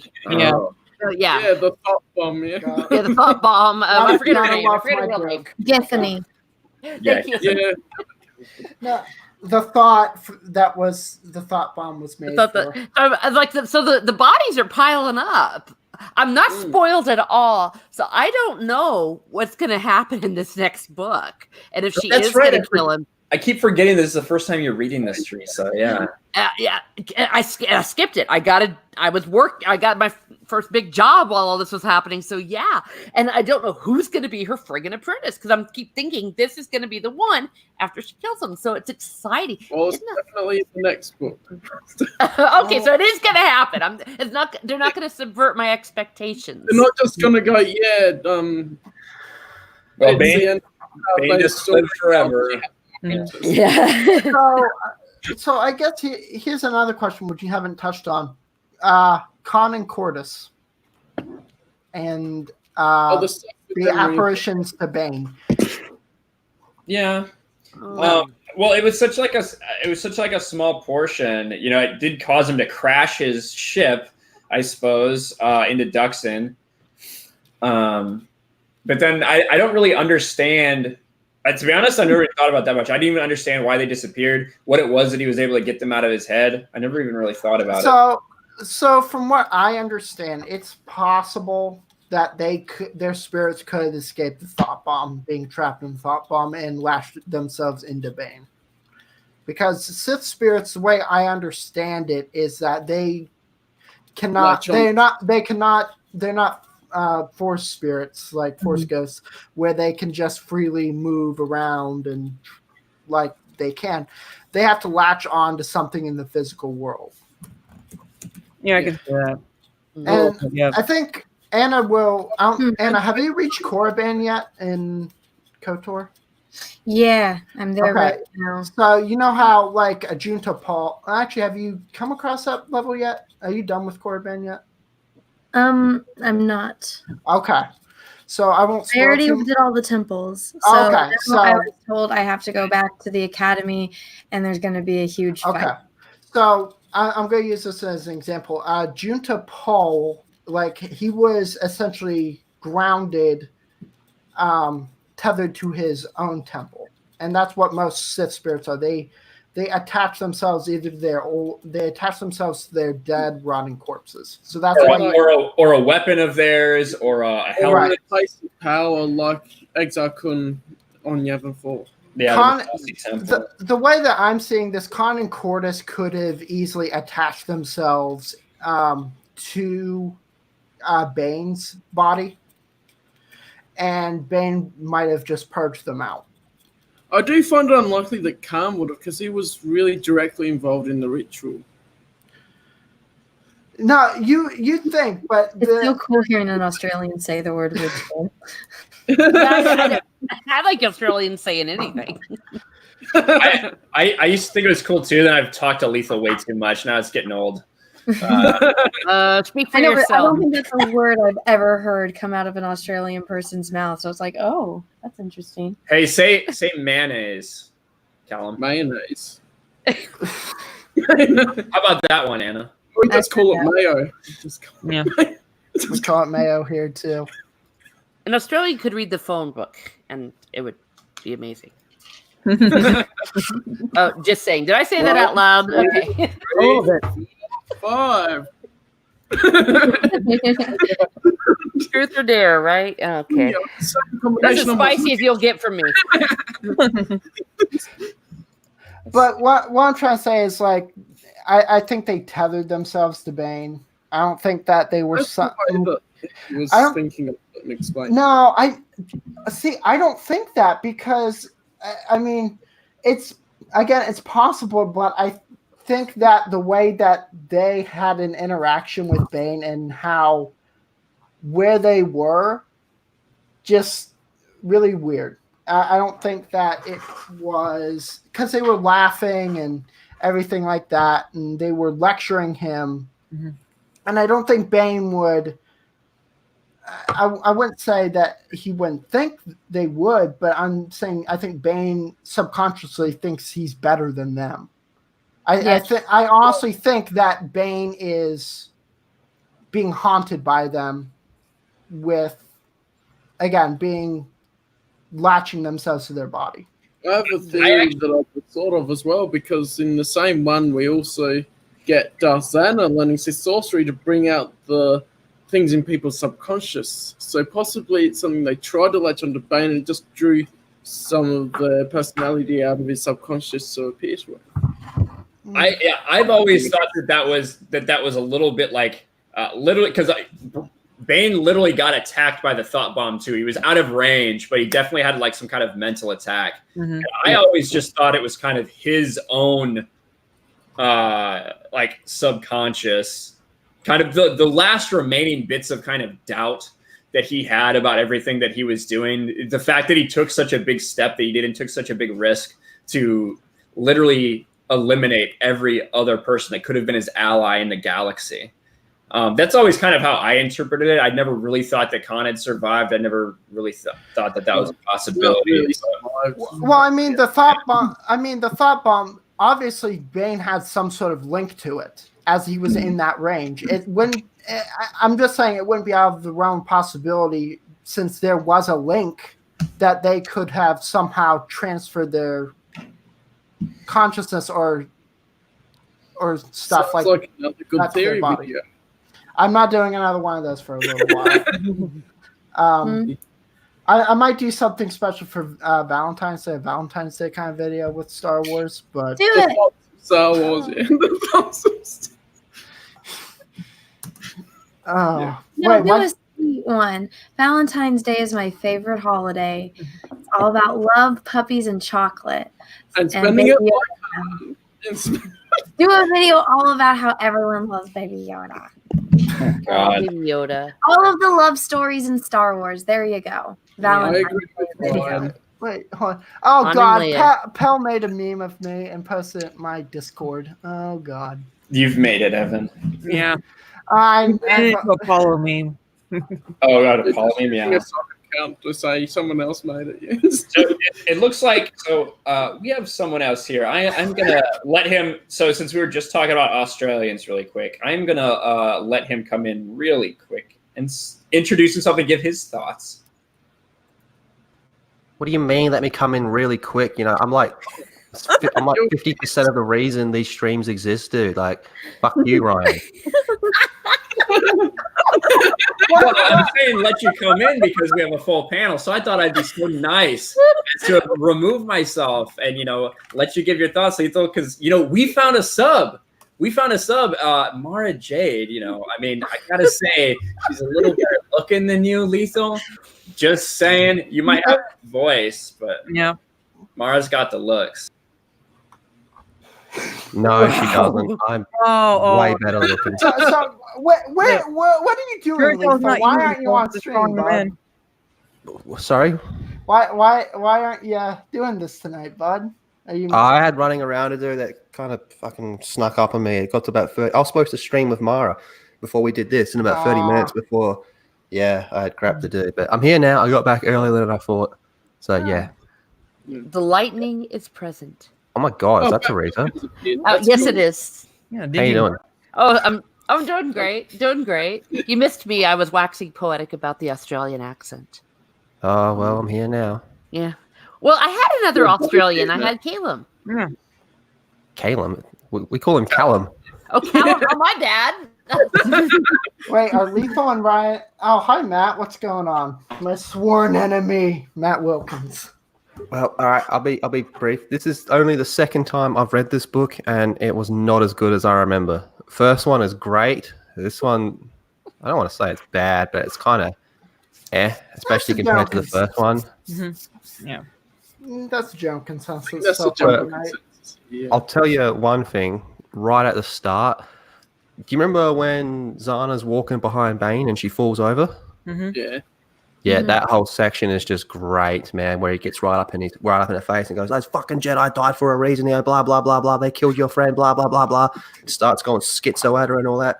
And like as she's walking, like she's reciting the Sith code, like that was like that whole part was great. I love that section. And the Well, end she's like- part was great as well. And the way like she turns around and looks at him, he's like, "Well, you still haven't told me how to move faster," and he just keeps going. Knowing like, I told you how to do it. It's up to you to figure it out now. Get good. Get good, exactly. Because he has that part where he's like, "Why did I pick this little girl?" Like I'm putting the future of the Sith Order in her hands. And then when he talks to her, and the way she like fires up, he's like, "Yep, I've made the right choice here." Personally, I think he just knew she was going to grow into a hot blondie, but hey, he was not there. Matt Wilkins, Lethal says, # screw the Snyder Cut. What do you think of that? I think Matt Wilkins needs to watch his damn mouth. Oh, God. Hey, Matt. How are we? I haven't said hi. How are you, Mara? Hello. Yep. Oh, see, I'm the hottie that brings them in, unlike you. Oh. Ooh. We'll put that to a vote, Callum. Yeah, you put it to a vote on Twitter. I got 80% to your 20. Why not both? You really want to try it again? Nah, I would trust my people. Oh, yeah, right. Thank you. Oh, how you doing, Callum? I'm doing quite well. How are you doing? Yeah, I'm all right, mate. Evan? I'm doing fine, dude. I That's mean, cool. Wasn't expecting to see Anna here. How are you? I'm good. How are you? Yeah, I'm all right. You're stressful morning running around, but all is good. All is good. And Teresa is just always pleasant, so I don't need to ask her. It's bloody hot here without an air conditioner in my house. Yeah, tell me in about it. Australia, you don't have an air conditioner. No. Boy. It was It's like an cheaper. American not having a gun. I don't have a gun. I'm an American. Oh, wow. Yeah. Well, you Depends can't, on you what can't make, state you live in. You you mustn't can't be a make real. fun of him for not having I an mean- aircon then. I know friends who do. I mean, I have multiple ones. Well, I'm sure Callum has friends that have air conditioners. I've also shot guns before, so I do know. We have guns that are like with Hello Kitty on them. Oh my god! Well, we have air cons that are sold by cricket players. What? Cool. Yeah. Mark Taylor, he's out there slanging for jitsus for the past 12 years, man. He's doing all right. Yeah. Ryan says When it- Zana is top 5 EU waifus. That's a fair comment. For me, Jaina will always be number 1. Jaina's my girl. I put Mara up there as well. Well, Yeah, Mark. Zana's cool. And when it who comes else? to Satele. Oh my god, I love Satele. She's my girl. when it comes to guns, though, I do like Ruger. And there's a $5 super chat from the Price is Right review. He says, "I wish I could join this awesome reading crew tonight if he wasn't working. Lol, the Darth Bane trilogy was the start of the EU journey when I was young." I've noticed a lot of people have said that Darth Bane is one of the first EU books they've read. I think people are just fascinated by the start of the people would just think of Palpatine or his line of Sith and all that, and they want to go back to the start of that, which that's pretty cool. That's pretty cool. Well, and sure, this was right after Revenge of the Sith came out, so the Sith were in. Mm-hmm. Yeah, they could literally go back at this point and say, "Hey, let's get." Yeah, that's when the ban lifted for stuff before A New Hope. So Yeah. Well, that's a just kick Evan. Well, no, I just charged him up for a second. So He kicked I'm making it work. So what I was going to say is that one of the really cool things about this book is we get so few books from the perspective of the people who are supposed to be the antagonists, you know, who end up being your protagonists. And Teresa mentioned it kind of at the end where you see, you know, this body like chopped up. You realize what Xana has done, like what she's gone through, the decision she finally made. And you're like, yes, oh, that's awesome. But at the same time, the Sith just fucking murdered this person. So it's like a weird, it's not something we often get from Star Wars. So that's one of the reasons that this series is so unique. Mm-hmm. Yeah, I agree. I think everyone, you know, just kind of likes, you know, it's like bad guys in movies and all that and video games are always more interesting. You know, like look at Final Fantasy VII, you know, everyone's like cheering for Cloud. I mean, no, for Sephiroth, sorry, as opposed to Cloud. I'm generally more interested in like villains, and you know, Sith are some of the coolest villains out there and all that. You know, Bane's you get a really well-written villain, you can really get into the psyche of it, and people love that. Yeah. Well, hell, I mean, Darth Vader. I mean, for crying out loud, he's still the most popular one on the lunchboxes. Gen X Valentine. Ryan, can you highlight that? Whichever one you want. Oh, yeah, well. Well, now you've made honestly, I'd be more afraid of Anna with a gun as well, simply because I don't shoot very often and I don't own a gun. But so let me get this straight. We have a military veteran on the panel that's been deployed in war zones, and she's not the one you're worried about with the gun. I don't know. Just because we all know to avoid pissing her off. Yeah. Ryan, go back to your last comment. I just saw that then about Tahiri. Tahiri is down to fuck. Oh yeah, man. Look, she earned her way into the new Jedi Order. Let's just put it that way. That was what Anakin Solo's love interest. Yeah. Yeah. Poor Anakin. Anakin. They were so cute. Lucas little young Jedi books. Lucas screwed Anakin over in that. Oh, series. Anakin got done so dirty, man. I was so mad. Oh. And you know what? It was supposed to be my guy Jason. Instead, they killed off Anakin and then turned Anakin. and then it turned off Jason into Titus. Look, here's how this went. Wait, there's two Anakins. I can't have that. People will get confused. Well, was the plan to go ahead and have Anakin Solo become the Sith, and then they were like, dudes, we can't do that. I don't know if that was the plan, but I know originally in Legacy they were gonna do some crazy form of flow walking and swap Jason with Anakin and bring back Anakin. Ooh, that would have been cool. No, I love they Jason. didn't. I know you love Jason. Time travel can of worms. Then Yeah, it is. It's like, well, let's just go back and bring back fucking Anakin Skywalker. I'm glad they killed him. It doesn't mean much when you can just go, oh, I'm going to flow walk and bring back Satil Shan to the Legacy era. Yeah, exactly. Let's get crazy. You mean like force healing and force bringing back from the dead, ruining everything? Don't remind me of that. I do not like time travel in Star Wars. Time travel going It's a cop out. It's like, hey, we made a mistake. Let's go back and fix it. Yeah, pretty much. Anna, what did you think of the book? I haven't heard your That shows thoughts. weakness. That shows weakness. She said about it earlier. Out of all three of them, it was my least favorite because I was more interested in Bane than Xana. And like I said in the beginning, if a book or a movie is about a character that I don't really like, I kind of tune out of it. And so because this was more about Xana, and I'm like, well, I don't really care too much about her. You know, I'm here for Bane. I'm not here for Xana. So in that aspect, I was disappointed. There was stuff in it that I liked, but that was at the very end. So when he sends her on her mission, he's going to try to find the holocron so he can learn how to make holocrons, and everything on Korriban I really liked. And then I liked the stuff with the Jedi and Johan and all of that, and then them trying to like piece that together, because it's like, ooh, are they gonna figure it out? Are they gonna put the pieces together and figure out that Bane's still alive? And then they go to Korriban and then they all die. Oh, am I allowed to spoil it? Yeah, this is a massive spoiler stream, you know. Okay. Oh yeah. I mean, sure we are. Yeah, so I was so sad when they died. I was kind of too, but at the same time, I wasn't surprised, you know? I was more interested in the way that they were talking about the fighting styles and how there's the one Jedi that she focused all of her knowledge on learning how to fight, and even she died, and then her apprentice too. Yeah.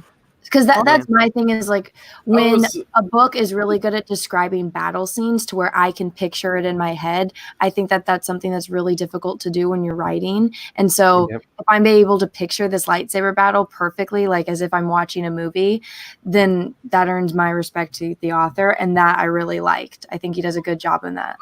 It's hilarious how Johan was just a detriment to the other dude as well. Yeah, it's like, come on, dude. I'm with you, Anna. If I can't connect with any of the characters, or if I don't like a character, I really can't get into the story. Yeah, it's like that's one of the things with everyone was getting mad at me because I'm like, oh yeah, I don't like The Rise of Skywalker, and they're like, well, it's better than The Last Jedi. I'm like, well, you're setting your standards at garbage, so I mean, it's not gonna. That bar is so low that anything is better than The Last Jedi. So yeah, I haven't even seen it. I'm like, I don't like any of. I like one character, which is Finn, and even that's kind of pushing it as far as using the terminology. It's damage control. Even this new season of Clone Wars is damage control. Pretty much. By the way, did you find it hard to get through? Like, because for me, there was parts where I was thinking, oh, I can't be fucked with this book. Because it was all starting to come back as I was reading it again. Did you find it a bit of a slog to get through? Yeah, well, I mean, I can read pretty fast. So if I start, I usually, if I do, like when I have time to read, it's right when I'm going to sleep. So every night, I'll just read until I finally pass out. So if it is dragging a bit, then it puts me to sleep faster. Yeah, pretty much. Fair enough. What about you, Mara? Did you find it like hard to get through again? Because we were talking about it a little bit a week or two ago, and we're both kind of like, eh. Yeah, I mean, it wasn't exactly, I would say, difficult, but like I said with Anna, if I'm not connected in any way to the characters, if I don't either empathize with them or even like them in a way, it makes it slower. So like the story itself is not necessarily bad, but I can't get into it. So are you both saying that you don't really like Xana? Well, no, it's just like it was like so.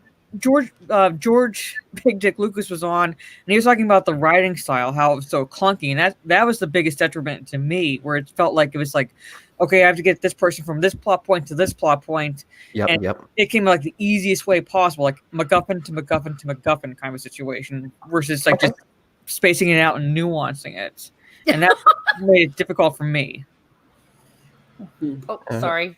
Yeah, I read the chat. I read the chat. I'm sorry, Yeah. mea culpa.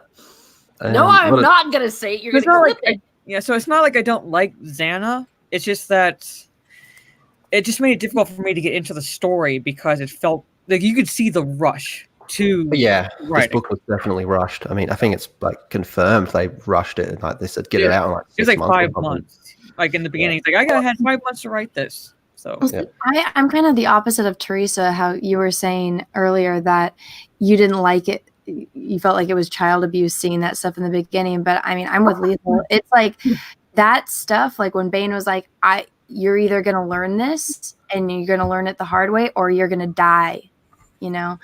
I wish we would have seen a majority of the book of her as a child with him and him just giving her the extreme tough love and seeing how she's learning this as a child and maybe even to preteen or teenager, and then have a chapter closer to the end where it's like, okay, she's an adult, we start off with that little scheme, and then the next thing Jedi Temple, Korriban, and all that. The Jedi Temple part's pretty cool though. I always like it is, yeah. And it's I would have liked to see reading him it more. foreshadowing how Palpatine could hide himself amongst all those politicians. Yeah, she's able to mask herself and kind of what Palpatine was able to do. And then that kind of gets replicated again in the greatest Star Wars series of all time called Legacy of the Force. But Anna, so what? Were you saying you didn't like Xana? I don't. Don't like Xana. Why not? Because I didn't have any time to do it. It was just, she's a little kid. I'm like, okay, a little kid. I want to see her go to the dark side. Because even when she's on and she sees the Jedi Temple, she sees her cousin and even Bane. He's like, he knew in the cave that when she cut off his hand, she could have killed him, but she's decided to maim him so that way she wouldn't have to kill him. Mm. And so he knew that. He's like, okay, she has that weakness. Like, she's got that family member. And so, like, that was kind of a redeeming quality for her. And it just seemed like, okay, she's a kid. She goes on the one mission, and then all of a sudden she's an adult. She's doing all this. I'm like, well, I had no time to grow with her. I had no time to get attached to her. And again, I was interested in this for Bane. I would have loved to seen him, or read, visually, mentally, seen him in my head, train her. That would have gotten me attached to her, but I didn't. Mm-hmm. I got to see the one thing, and big point of it is that it was rushed. I see your point, Anna. That's a good point about what you were saying about. You get attached to the kid. Well, it's from his point of view, but Miyagi and I'm blanking on it. Daniel, right? Daniel, Daniel. Miyagi and Daniel. If I would have seen something like that, but Miyagi's a psychopath, I would have loved it. I would have 100% been able to, I feel like I would have about 100% been able to see it from Xana's point of view. But as far as this, I was more irritated. I'm like, can we get past Xana so we can go back to see what Bane's doing? Yeah. So she was more of an irritation to me than a character. Yeah. That's what I agree, because I like Bane too. I wanted more Bane. Question directed to me in the chat, Soul Assassin. I don't know the average length for writing a book. That would be something that George could be able to tell us, but you'd have to imagine it to be like, I'd say roughly a year to plan everything and get a book out, because they plan things that far in advance before publication. Yeah, and then have all the editors look at it, etc., and so on.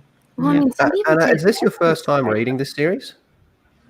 I read it a while ago, and then when I saw that you guys were doing this, I had the audiobook, so I was like, I'll just re-listen to the audiobooks. Yeah, cool. All right, That's how I read this one. Yeah. Oh, Evan, this was your first time, though, wasn't it? Yes, it was. It was my first time reading this one. I will say this series hooks me better than Jedi Search does, which is the Jedi Academy trilogy. So, again, like the last book, I couldn't stop listening to this. So, yep. So it's an improvement. I like books that kind of like hook me like that. Don't know why I cannot get past Jedi Search, but oh well. No, fair enough. So I think that Jedi Surge, I love a lot of the Jedi Academy trilogy, but it's just not. I just don't think the writing level is the same as it is in this one. I think that's pretty clear. As much as I really do enjoy Kevin J. Anderson, and as important as those books are to what happens in the future, or if you're trying to listen to Jedi Search, it ain't gonna work because I don't think they have unabridged audiobooks. I was reading Jedi Search. Okay. And again, I just cannot make myself pick it up again. I'm just I don't know. Yeah, I get that. Maybe because it's just I don't know. The plot moves slower, and maybe that's probably because of the age of the book, which was the 90s. I think. To be honest, I found some of this book hard to get through. There was, like I was saying before, there was times where I'd sit down to read it, and I'd be looking at it, being like, ugh.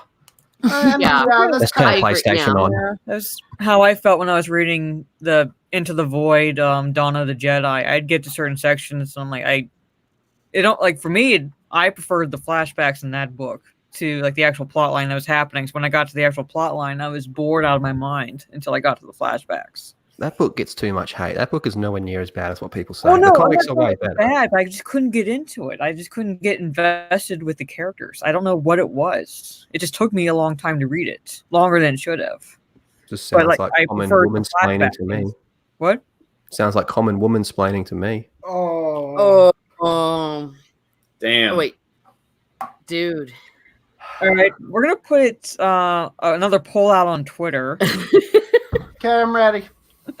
There you go. So basically, it's kind of like which one is better, me or Lethal? And let's see if you get demolished again. Yeah, why do you even ask for that, Lethal? Ryan, who's better, me or Mara? You. Yeah, good man. Evan. No comment. I voted for you in the last one too. Evan. I had no chance. Evan, don't be a bitch. Don't be a bitch. Say one or the other. If you want to say Mara, just say Mara.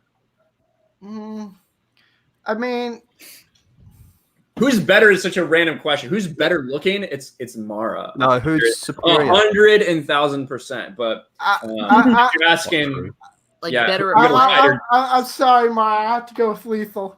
Oh, Boys. Anna, who's better? I'm just meeting both of you.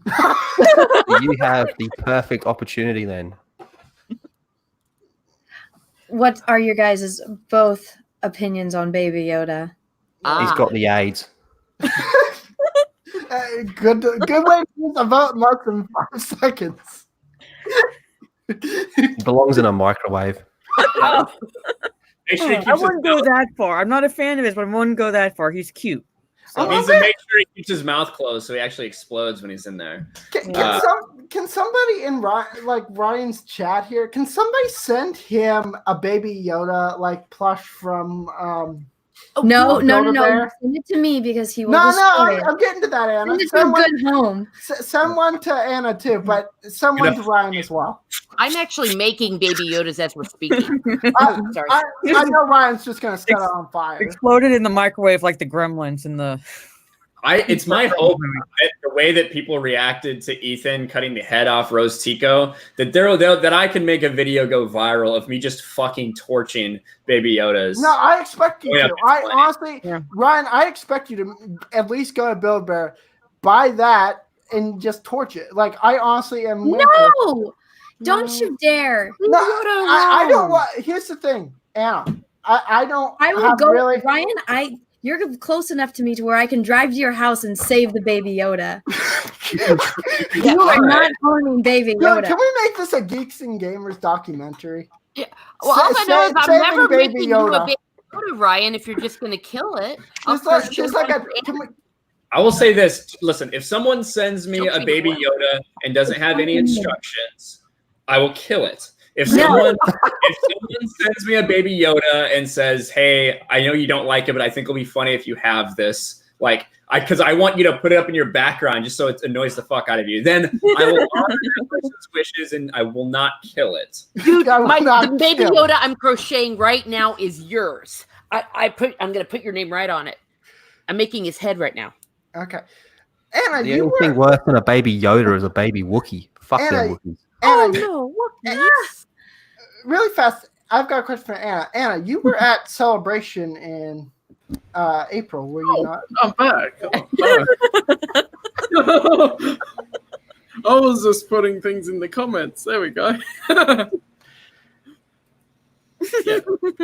Can you actually kill it if it was never alive in the first place?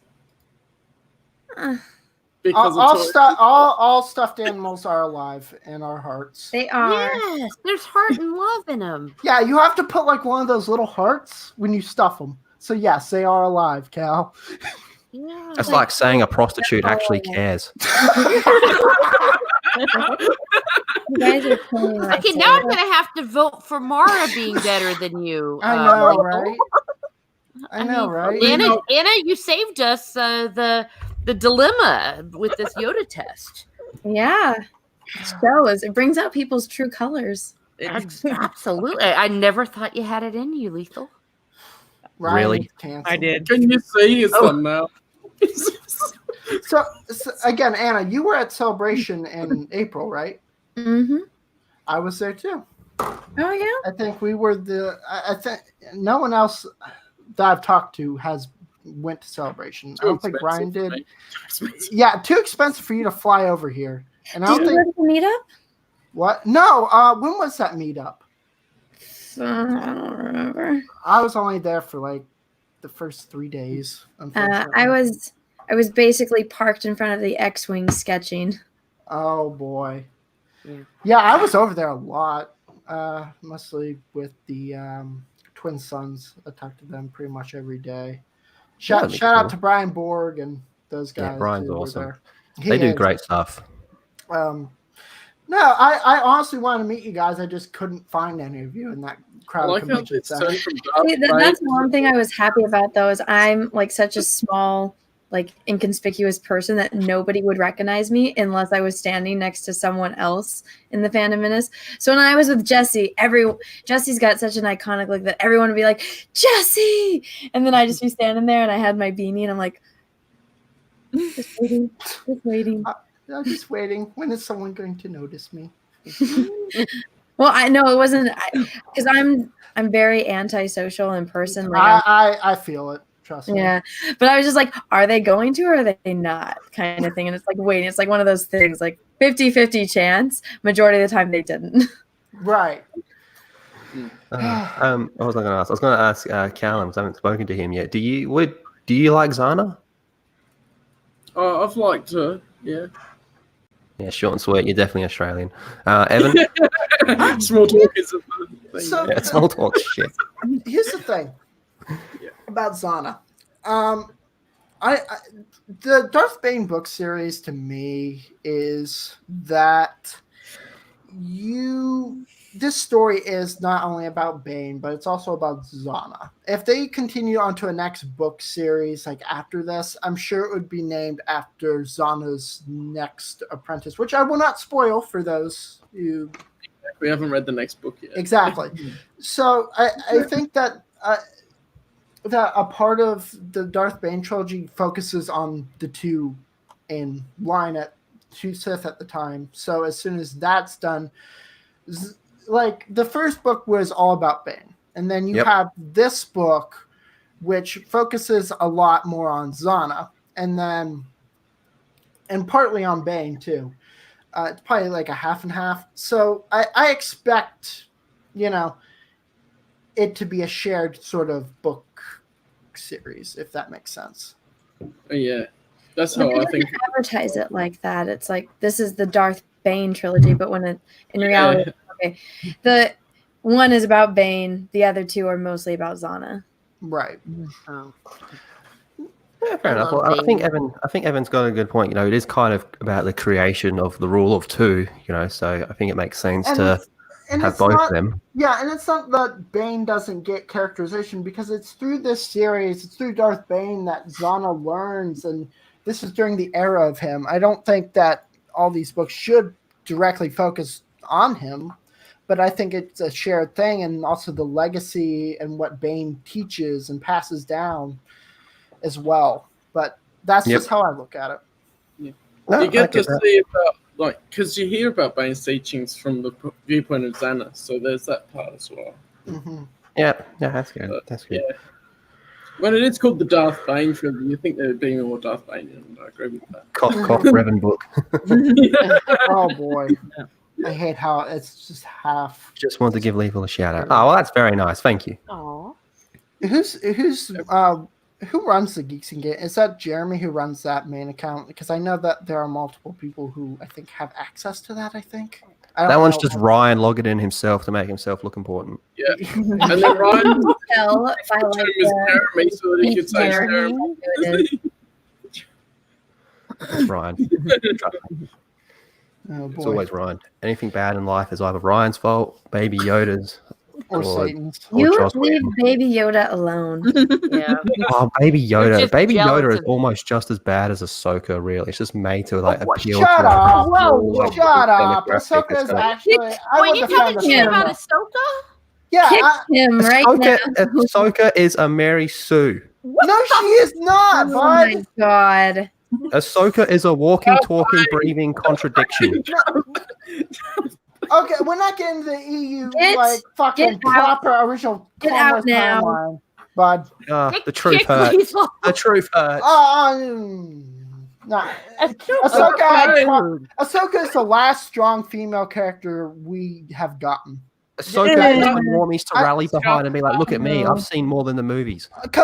Listen, Mara, compared to Rey and Rose, Well, I think she's better than those two, but Sure, I don't female think character she's we had necessarily on as the good as people make her out to be. My pubic hair is better I'm than not a most fan of characters. her It as a doesn't count for character shit. overall, but she's better than Rey and Rose. right? That I just said the last one we've gotten recently. Like, I think that her character kind of was butchered by Rebels to a degree, but I think Well, because that, like Filoni didn't want his baby, he didn't want his creation to be killed off. In the I know. I mean, I can respect Filoni to a degree, but Ahsoka's his pet. It's a writer's pet. What John Campia said about Ahsoka was spot on. in Rebels, where you had that epic battle between her and Darth Vader, and it's like, oh, world between worlds. Let's fix that. No, I was very pissed by that. Yeah. That is the one thing I hate, and I think that Filoni did that because apparently he talked with George, and it's like, what would happen if Ahsoka dueled Vader? And I think George's response was along the lines, "Oh, Vader would kill her." So Filoni had Lucas to go would have back been like, and find Vader a would slap loophole. her fucking cheeks instantly. Vader would own her, basically. There's a very specific behind the scenes where Filoni's talking about him and George's different approaches to what they wanted for Ahsoka. When he's like, and he's laughing, he's like, it's no secret that George was always firmly in the Ahsoka dies in Order 66 camp. And Dave was always in the Ahsoka lives because he loves Ahsoka. And guess what happens? As soon as Lucas gets out of there, Ahsoka lives and is in Rebels, even though that's not what George wanted. I mean, I think a lot of people have also taken that that whole part out of context as well. We're going to talk about Darth Bane again soon. Right. By the way, speaking of Clone Wars, I'm going to be running on Monday. Ryan, is this okay to plug? Oh, right. Going. Sure, go for it. All right. Right is back. So starting Monday on my Discord server around, I think I'm going to start at 8 p.m. I'm going to be running through Attack of the Clones, the original micro series, and all the Clone Wars episodes until Revenge of the Sith, and then we'll be doing that. I want to get some people on there. I don't know if Ryan, you'd be interested at some point, because this will be like a 4-week affair, maybe. I'll definitely hop on for a little bit of it for sure. All right. I mean, I'm just looking for some people to lighten up, Sure. give some life to it. I got you. Lethal, you're also invited, and anyone else who really wants to come on. I'm up for it, but I'm still in shock about all this Ahsoka hate. I know. I know. They're just my first time meeting you guys, and it's all hate speech. I don't like I love Ahsoka. I'm trying not to. I was in a good mood tonight, and then first time I meet you two. In the scheme of things, of all the characters that have come before, Ahsoka really is not as good as people make her out to be. But at the same time, given the sequel trilogy, I'm saying, like, I've basically had experience reading the EU, and I think there's like a lot better female characters that have come before her, and people are going off the show saying, well, she had a great arc, and I'm like, well, if you think about it, yeah, it's 5 seasons, but it's only 3 years, and did she actually grow? Not really. Not until after the Clone Wars did she, I guess, her personality changed. But at the same time, it's she didn't every single episode that is. She was still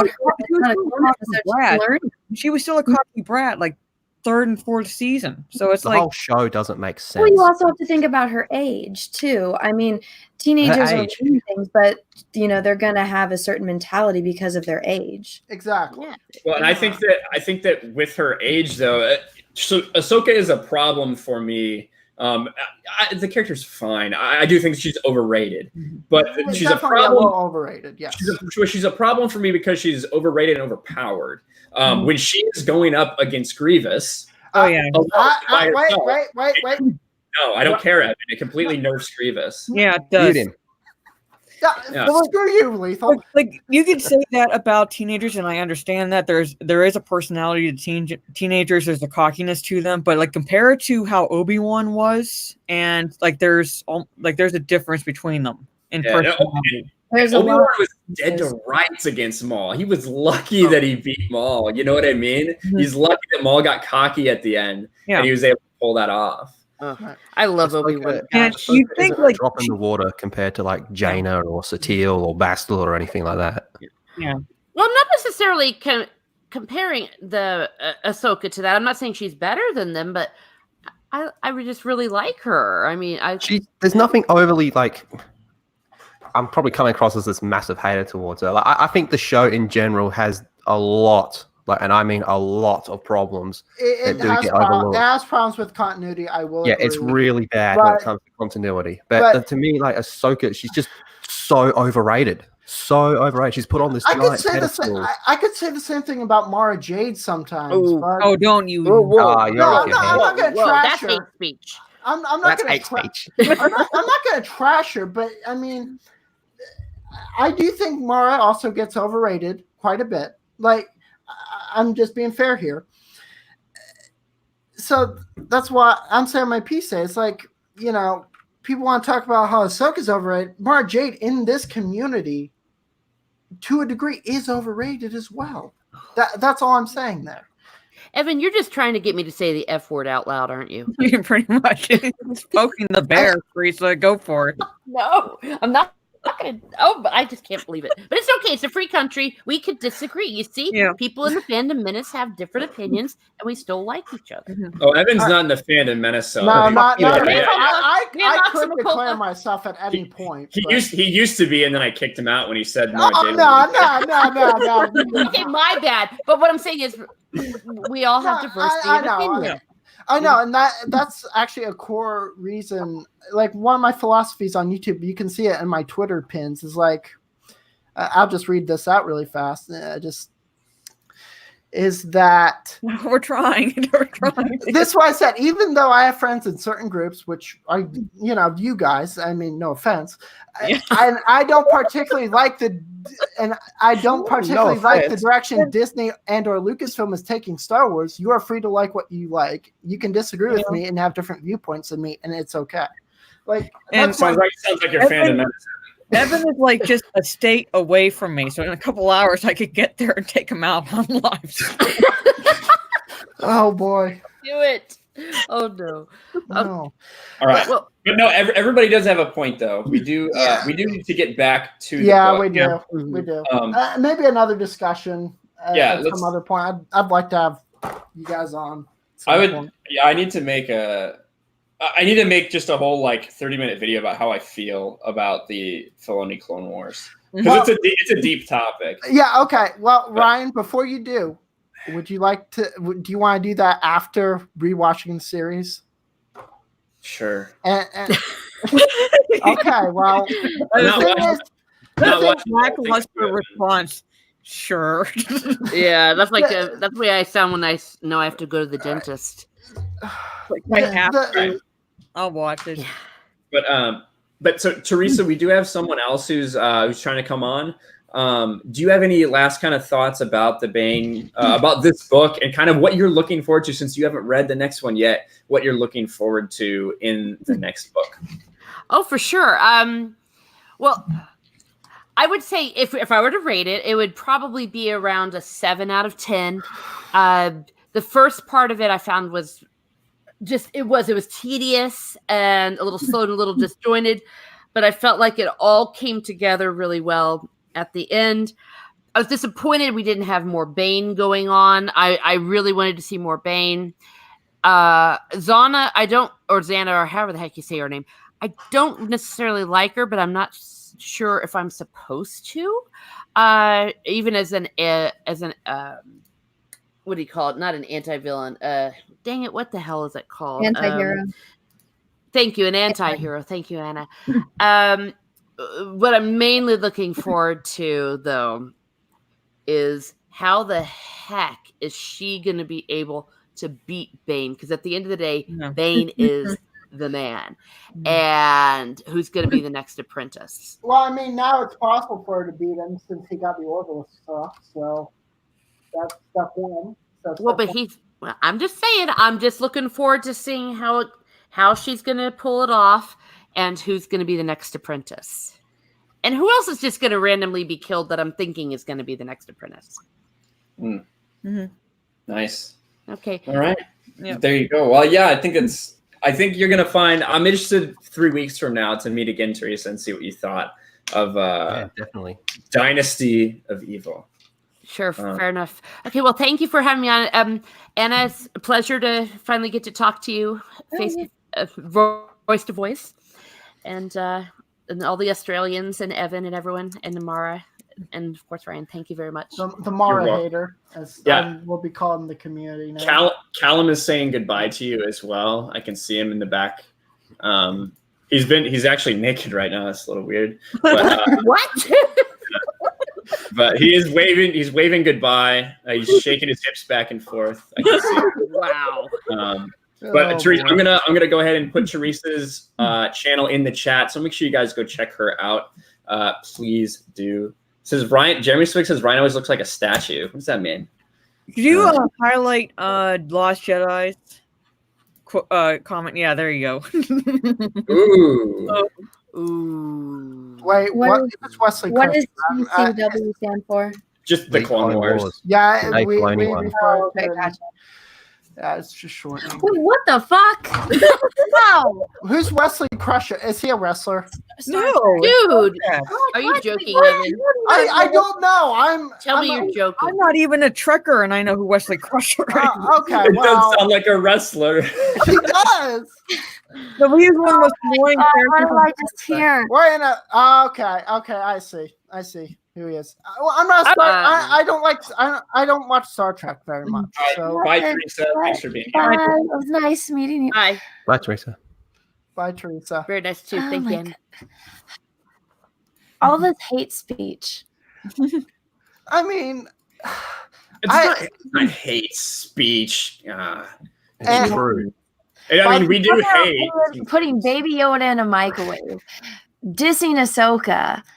Oh my God, what did you bring me into? Oh my God, Ten really Commandments. Anna, has anyone told you that you sound a little bit like Ahsoka to a degree? Like, Yeah, but I don't hear it. mm. I think my voice is far more annoying than hers.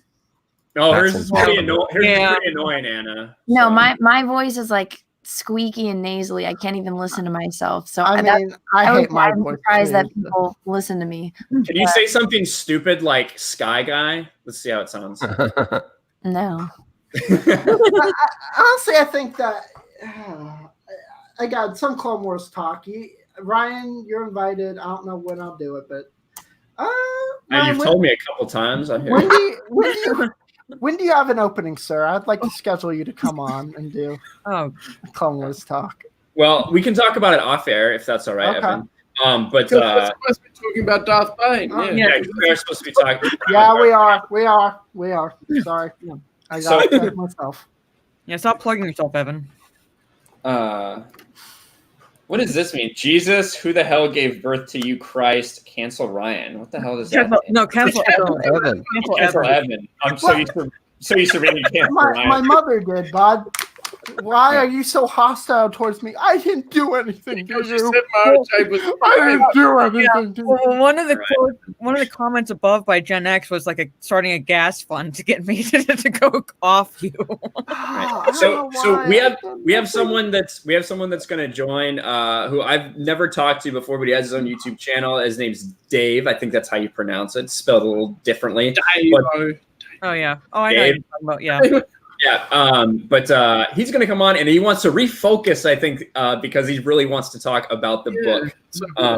So I'm going to kick Evan back for just a little bit because That's I've fine. never talked to Dave No. before, and then I'll switch us back through. All right, So. cut me. Did he just ask you to cut him? All right, here we go. Right. All right, Oh, and guys. Dave, what's going on? How are you doing? Everything is going on at this point. It's 5 a.m. I'm drinking my glass of black brew wine to keep myself awake. Oh, that seems a little Oh, wow. counterintuitive, but I I like like it. No. this guy. No, it doesn't. All right, Mara, I told you Yeah. There. I'm gonna share some. Thank you. So I if we don't can share. digitally just like force transport it, like behind your back. Oh yeah. Definitely. Like that, I'll That would be- a lot of glass. Yeah. Here's the bottle. I'm just gonna. Yeah, but anyway, the book. This is what I showed to Lethal on Discord. This is the difference between the Rule of Two, the print, the Legends one, and the non-Legends Dynasty of Evil. Mhm. Look at the Look quality at of the the paper. quality. This is supposed to be a later print. Is horrible. But anyway, to the plot of the book. It was the pacing was reminding me of a very traumatic experience in the cinema this Christmas. But overall, it's like several of you said, it's like a filler episode. Mhm. It's mostly like a filler episode, not enough Bane. I like what they did with Zana. I like how they described it, like slowly becoming more and more ruthless as the plot goes on. But the thing that kind of irked me was like, oh, she keeps on meeting Tomcat. Like, for example, in the Jedi Temple, she meets Tomcat and she just drags him along. I get why she does that, but why the hell on Tython? Because that's where Like, she was going. Why there? I mean, in the book it says you were supposed to meet me on our campsite on that planet, and she disobeys him because Ambria, right? Yeah, Ambria. Oh well, you wouldn't and- want to leave Tomcat to your home base in case he escapes. She still leads him there. Yeah. She finds out how to get the orbalisks off, and the And they easiest go thing straight to do, leave instead and they of- go straight to Tython, which is stupid Yeah. because she leaves the data slot, like the data pad, for the hyperspace route to Tython on the table. Yeah, there you It's like she wanted them to go there. go. That just was at wanted least to get my. action. Finally. Yeah, she wanted all of them to go to Tython. Either this was a plan to kill Bane, which I don't really think because she later on tries to save him. Yeah. But Yeah, she couldn't. Just- She couldn't kill Bane yet. You know, not. yeah, she could have killed Bane millions of times, but she just says, "You have a lot more to teach me," Yeah. and then they go along. So it's kind of inconsistent in that case. Another thing that I have to point out why this book kind of infuriated me. A lot of scenes could have been devoted to Bane if you cut off a lot of Joken scenes. Especially the scene where they try to kidnap the Chancellor. Because that lightsaber fight is just pitiful. It's a... Like, in the last chapter, or no, not the last chapter, like several chapters before when they are fighting on Tython, it said that he is a hindrance, and in the beginning of the book, he uses Nyman, which is supposed to be a jack-of-all-trades style, where you combo your force. And it's described in the book that he focuses the force first? Like, how? You're a practitioner of Nyman. This should be, like, second nature to you. Like, swing lightsaber push. It does say that he hadn't trained his lightsaber combat since being with Valorum. Yeah, he's not been in lightsaber combat since Valorum, yes, but still, he's a practitioner of Nyman. Yeah. So, This is a diplomat's form. He's a force user primarily. Then okay, what you said about the Tython, why lead them to Tython, right?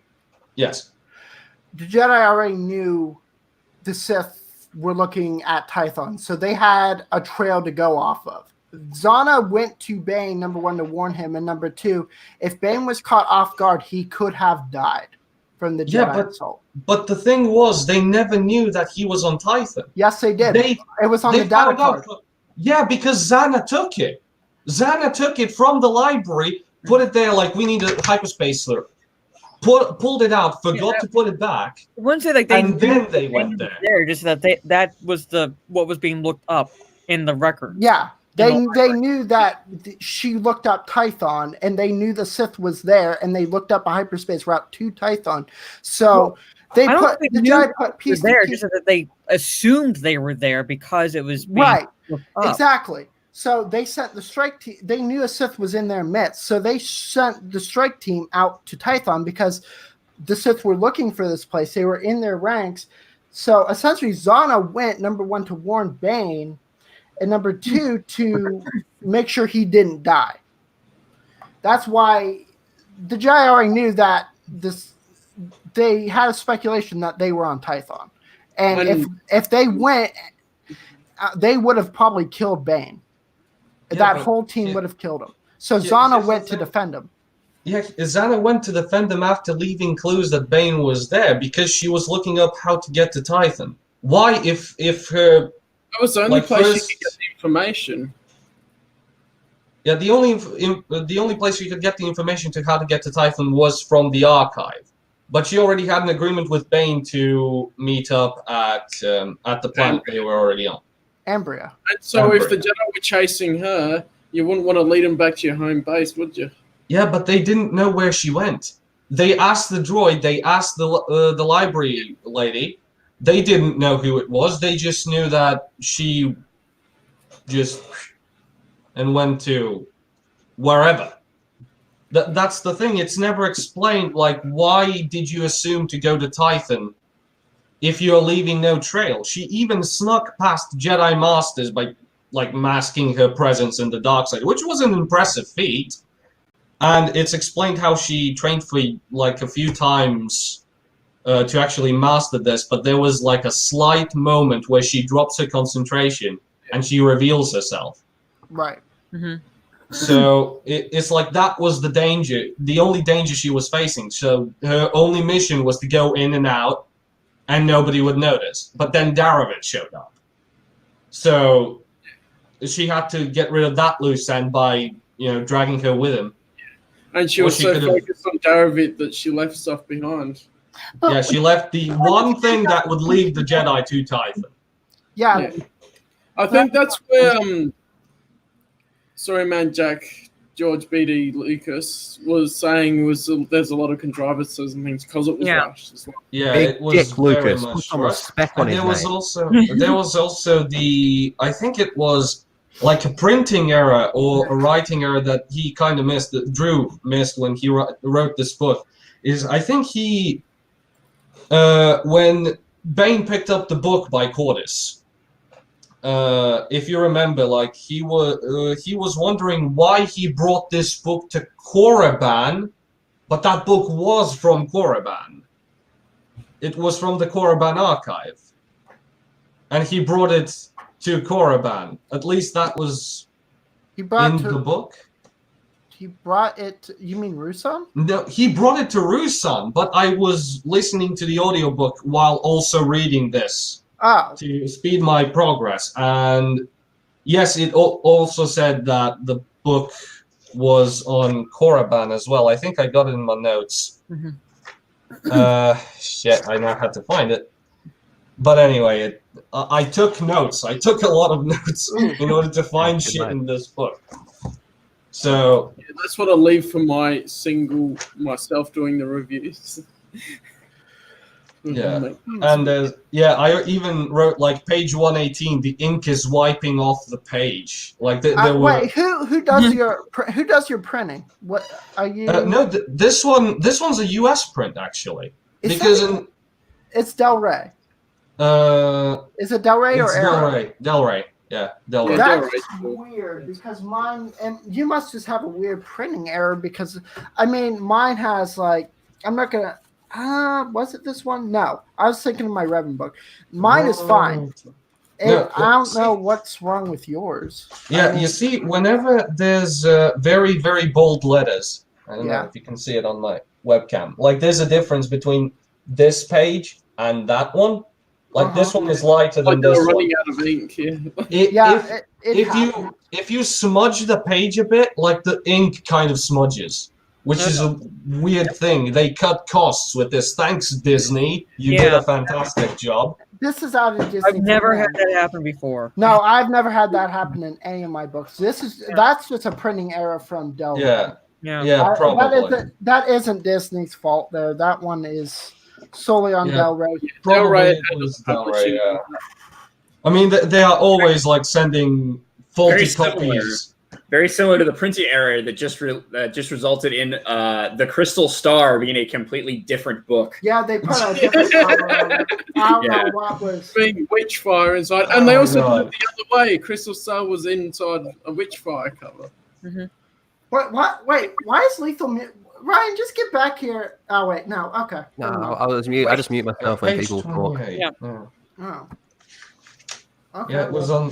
Yeah, that mistake was on page 28. And yeah, there was also one more thing that kind of griped me. You know that fight between Kel and Johan on the landing pad when the Chancellor Valorum thing was going on? Like, Kel was more skilled than Johan. Right. Which was already, like, weird to me. considering that is a weird kind of thing. But it was a weird thing, but also one more thing that kind of perplexed me. Like, if you're a skilled swordsman, you had 2 sickle swords in your hands, and the guy grabs you by the collar, and he's trying to drag you back. Your first instinct is to cut off his arms? Fucking hell, mate, just stab him! You know. Like, stab him in his face and kill him!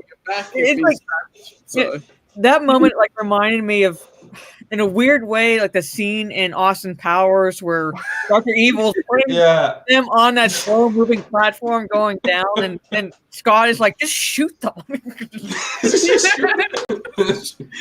then he falls like 50 meters down. And this is something I have to really give commendations to Drew. He really did do his research when it comes to like medical science and biology. Like when he was citing that scientific paper by the Jedi when they were in the archives, it like explained commensalism and parasitism and etc. etc. And considering I'm studying biology, it kind of spoke to me. So it was nice to see. Considering I first thought that the obelisks are like symbiotes because they give you something back and they take something from you. Show how much he is fucked. Johan just, after not practicing his lightsaber combat match after the race. Yeah, for like 10 years. Yeah, he was a bodyguard for 10 years. I kind of get why he would be rusty. I get why he would be rusty, but like, that much of a... Yeah, I haven't said Johan is scum. my life and then stopped for 10 years, so I'm not sure. Has anyone spoken about... I think it's in the prologue at the start about the fort bomb when we find out that people are still alive inside it. Yeah. Here it is. I found it. I found the actual quote. Is on page 28 on the very top. It says, "Why did Cordis bring this manuscript with him on Korriban?" Bane wondered. Cordis had always been more concerned with hoarding wealth, yada yada yada. But it says right here, why did he bring it to Korriban? The book was from Korriban. So they asked the question themselves and they still don't know. So there you go. 28, you said? Hold on. It is. Oh, okay. Yeah, you see what I mean? Yeah, that one is an error. Drew Carbushin, he's made a few errors in some of his books. Case in point, last book he mistook. That could just be a grammar error because clearly he's asking why he brought it from Coruscant to Rusan. That's from Korriban. From Korriban to Rusan. That's all. It's just an. It could be a grammar error. It could be just. It could be anything. Total. It could be. There could be a good reason for it, but Cordis is dead, so he had no idea. Right. I mean, case in point, Drew used in the last book Vapad instead of Juyo, which was Vapad was not really created until. Yeah. No, Julia was already present. It was Vapad that wasn't present. Yes, that's what I'm trying to say. Is Julia was present, but Vapad wasn't at the time. Yeah. What I'm trying to say here is that he wrote Vapad instead of Juyo in the last book. So that was an error. Yeah, that was. People have tried to explain away that. In the lightsaber duels, that it does sound very much like Vapad when he's describing the movements of Bane's lightsaber, how fast it moves. Possibly. But it might just be the way he describes it. In the book, actually, he's described. In this book, he's described with 2 lightsaber styles, that being the Gemso and Sarisu. Yeah. Which is interesting because the Gemso, Form 5 already has a defensive technique. It's called Shien. It's called. It's used for blast deflection. So it was interesting that he switched to Sarisu to defend himself. Bless you. So that was kind of interesting. Well, but yeah, he would also be a practitioner of Juyo because he's Sith.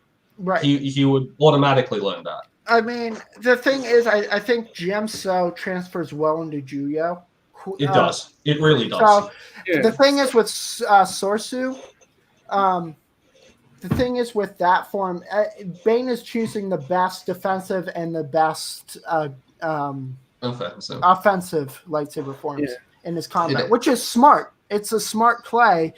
However, I don't see how well they can translate from being using one form and transferring it directly to. You could hybridize it. That's Vader is known for hybridizing all 6 lightsaber forms flawlessly. Right. In episode 5, we can actually see him transfer from Makashi to Gemso and back and forth. Yeah, from they various. explained that in the Revenge of the Sith novel as well, how Anakin even flicks between the different combat. Anakin flips between Ataru mostly and Gemso. Yeah, because Obi-Wan was skilled in Ataru, so was Qui-Gon Jinn, because Qui-Gon Jinn trained Obi-Wan. Anna, are you understanding any of this? I am, but I have nothing to add. All right, just making sure. Excuse me if I'm going too technical or on a tirade.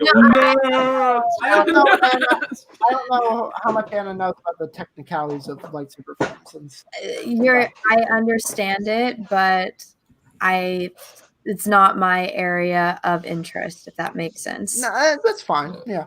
If you have questions, please ask. That's like half the reason why we put this together. Yeah. So at any stage, if you want clarification or you want to double check something, feel free to ask. I'm just reading this book for the first time. What is all this? I know what they are. It's just studying that kind of stuff was never like an interest to me. Yeah, I don't go too hard on them. But if you want to look into it more, there is the Jedi Path source book, which details the different lightsaber forms. All right. I'm considering getting the Book of Sith because Dark Side. Book of Sith is fun. Yeah. It's a fun little read. It retcons a lot of stuff in regards to TCW and the Legends continuity, and that's always good to have. Yeah.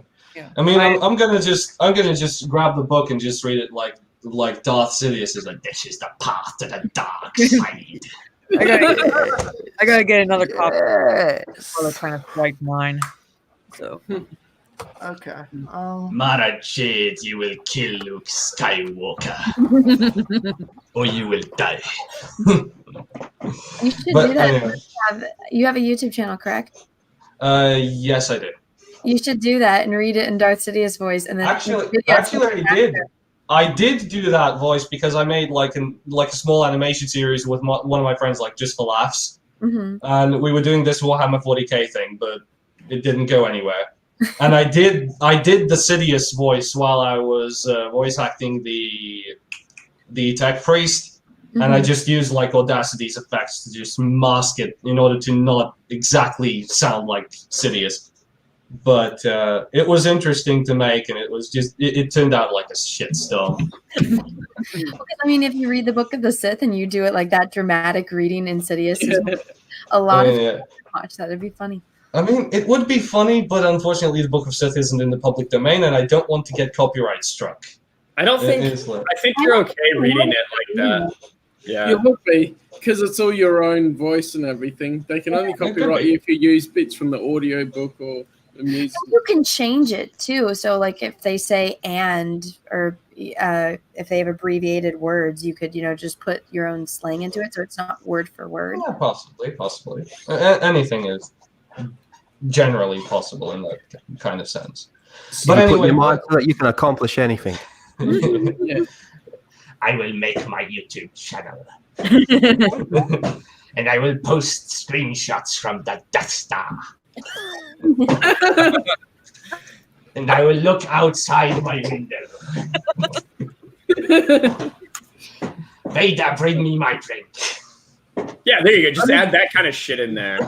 Yeah. Timing fun. Yeah, they should have hired me for Robot Chicken. Oh god, I was just thinking that where he turns around and a perfect view of utter blackness. But I also did think, going back to the book a bit as well, is that it was interesting how there's a Valorum in power at the start of the Rusan Reformations, and then there's a Valorum. Yeah, there's a Valorum there. Yes. Speaking of which, I actually wanted to get to that point. Valorum was the first non-Jedi after 4 centuries of Jedi to be Supreme Chancellor. It's like conflict of interest, a Star Wars story. For 400 years. It's like, okay, what are we going to do now? Oh, the Sith are a threat. Let's start a war. That's a good idea. It's like it's plunging us into more economic crises. And then Valorum goes and says, okay, Rusan was a shit show, and I'm gonna make this Rusan Reformation, and I'm gonna demilitarize all of them. It's a brilliant plan. But enough politics. Yeah, he was kind of like, when I was reading, like, I want to unite the Republic, but I want to neuter its military. Can I you mean, do even Eckhart's... well? What? You've been doing like a few voices. Can you do Vader? Oh, shit. Can you I've do never American done that. accents? I love doing American accents. They're so fun to Your make fun of. American accents suck. You want me to do an American accent? An You American. want me to do Hello, I'm from America. We do tax and eat cheeseburgers. this?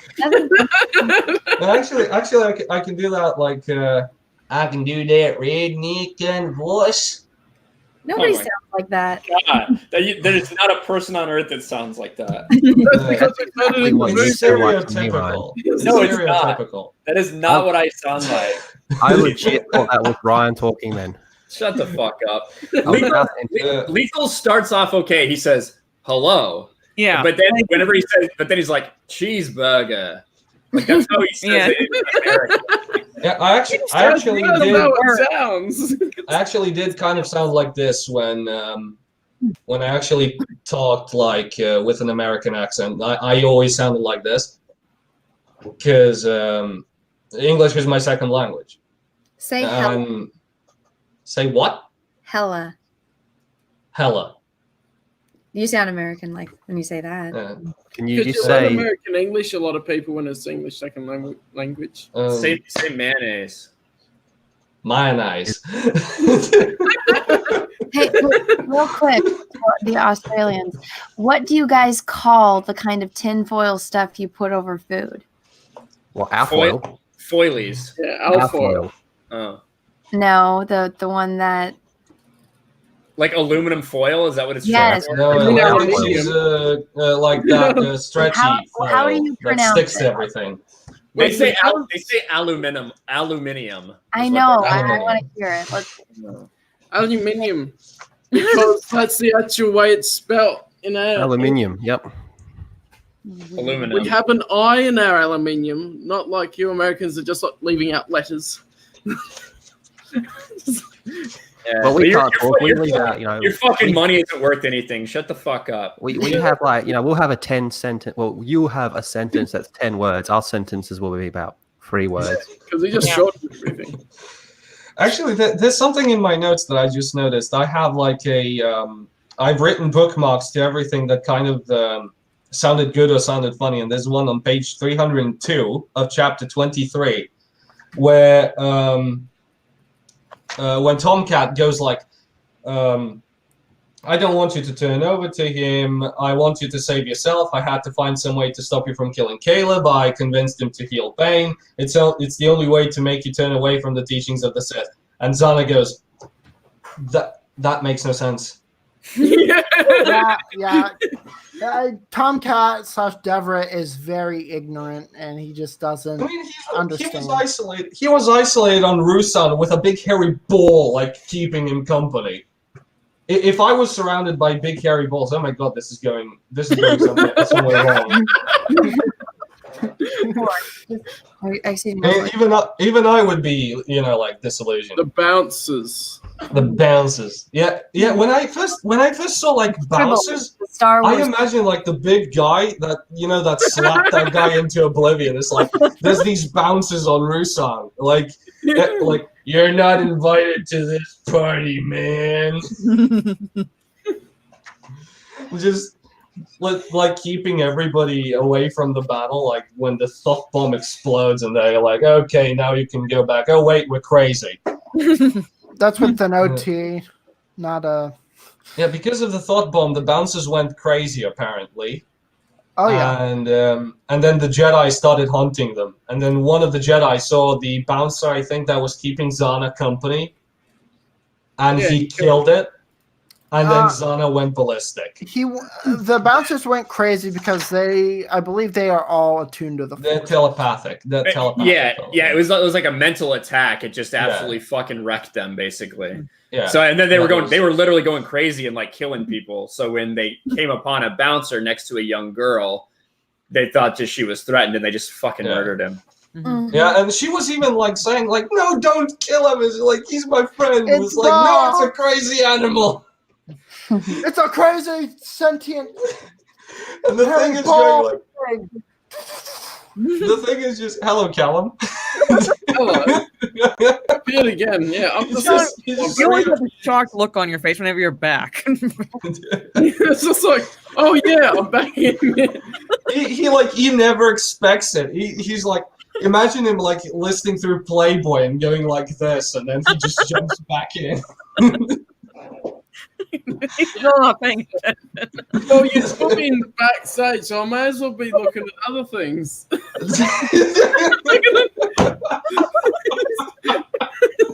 See, that's why you should just have your camera off if you're going to do that, so nobody can give you shit.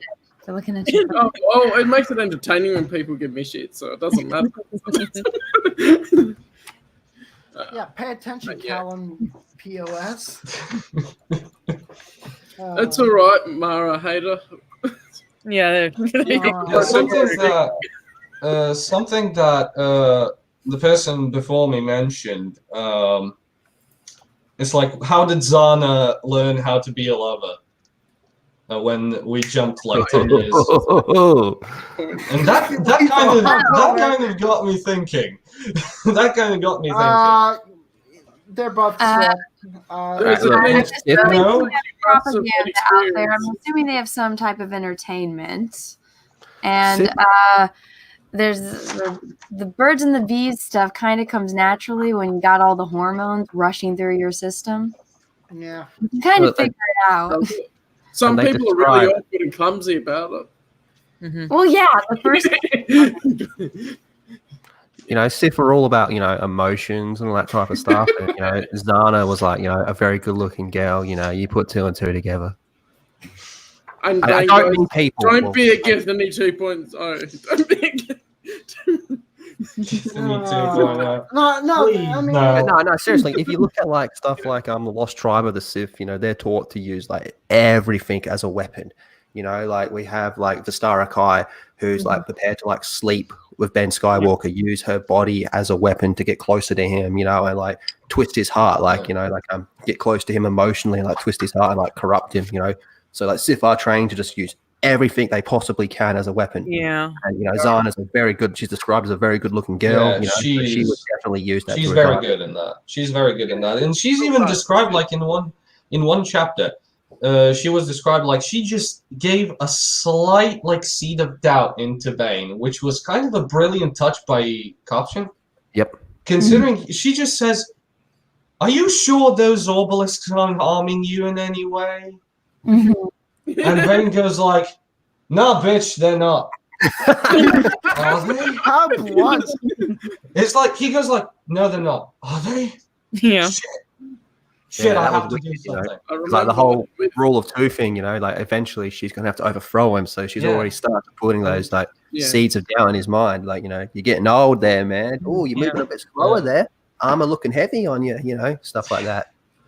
But anyway, afterwards, like he tries to make this holocron multiple times. Every single time, the AI inside kind of crumbles. And then afterwards, when he gets the holocron from the Techno Beast lady on Typhon, she goes like, "Did you put the capstone on?" He goes like, "Capstone?" It's like tech support. Yeah. Yes, it is. I tried turning it off and on again. Have you plugged it in, sir? This book is basically this. This is a TLDR of the book. Okay. Dad Bane comes across a 10-year-old girl, trains her to be a Sith, but he tries to pass on the knowledge onto her, but he can't really write this very, very nice triangular crystal book. So he sends her off to find him a way to make his crystal book. So she finds the way, and he goes to Typhon tech support. That's basically this book. And then he goes on a mass killing spree. But the scene where he goes on the mass killing spree is very entertaining, considering Joken dies in it, and that made me very, very happy. And the person who kind of killed him, I mean, didn't kind of kill him. She did kill him. She just popped the lightsaber on him. And previously, I think Darth Bane cut off his arm, which was nice to see. Finally, he got his arms cut off. And then he like tries to reach for the lightsaber. Darth Zana goes like, nope, boom. And then she kind of looks over. Just takes out at least half of them. Yeah, and then she kind of looks over at Darth Bane's charred body and goes like, oh shit, yeah, you're barbecue now. You got fucked up. And the way he fucked up was fucking ridiculous. Like he cuts down the Ithorian.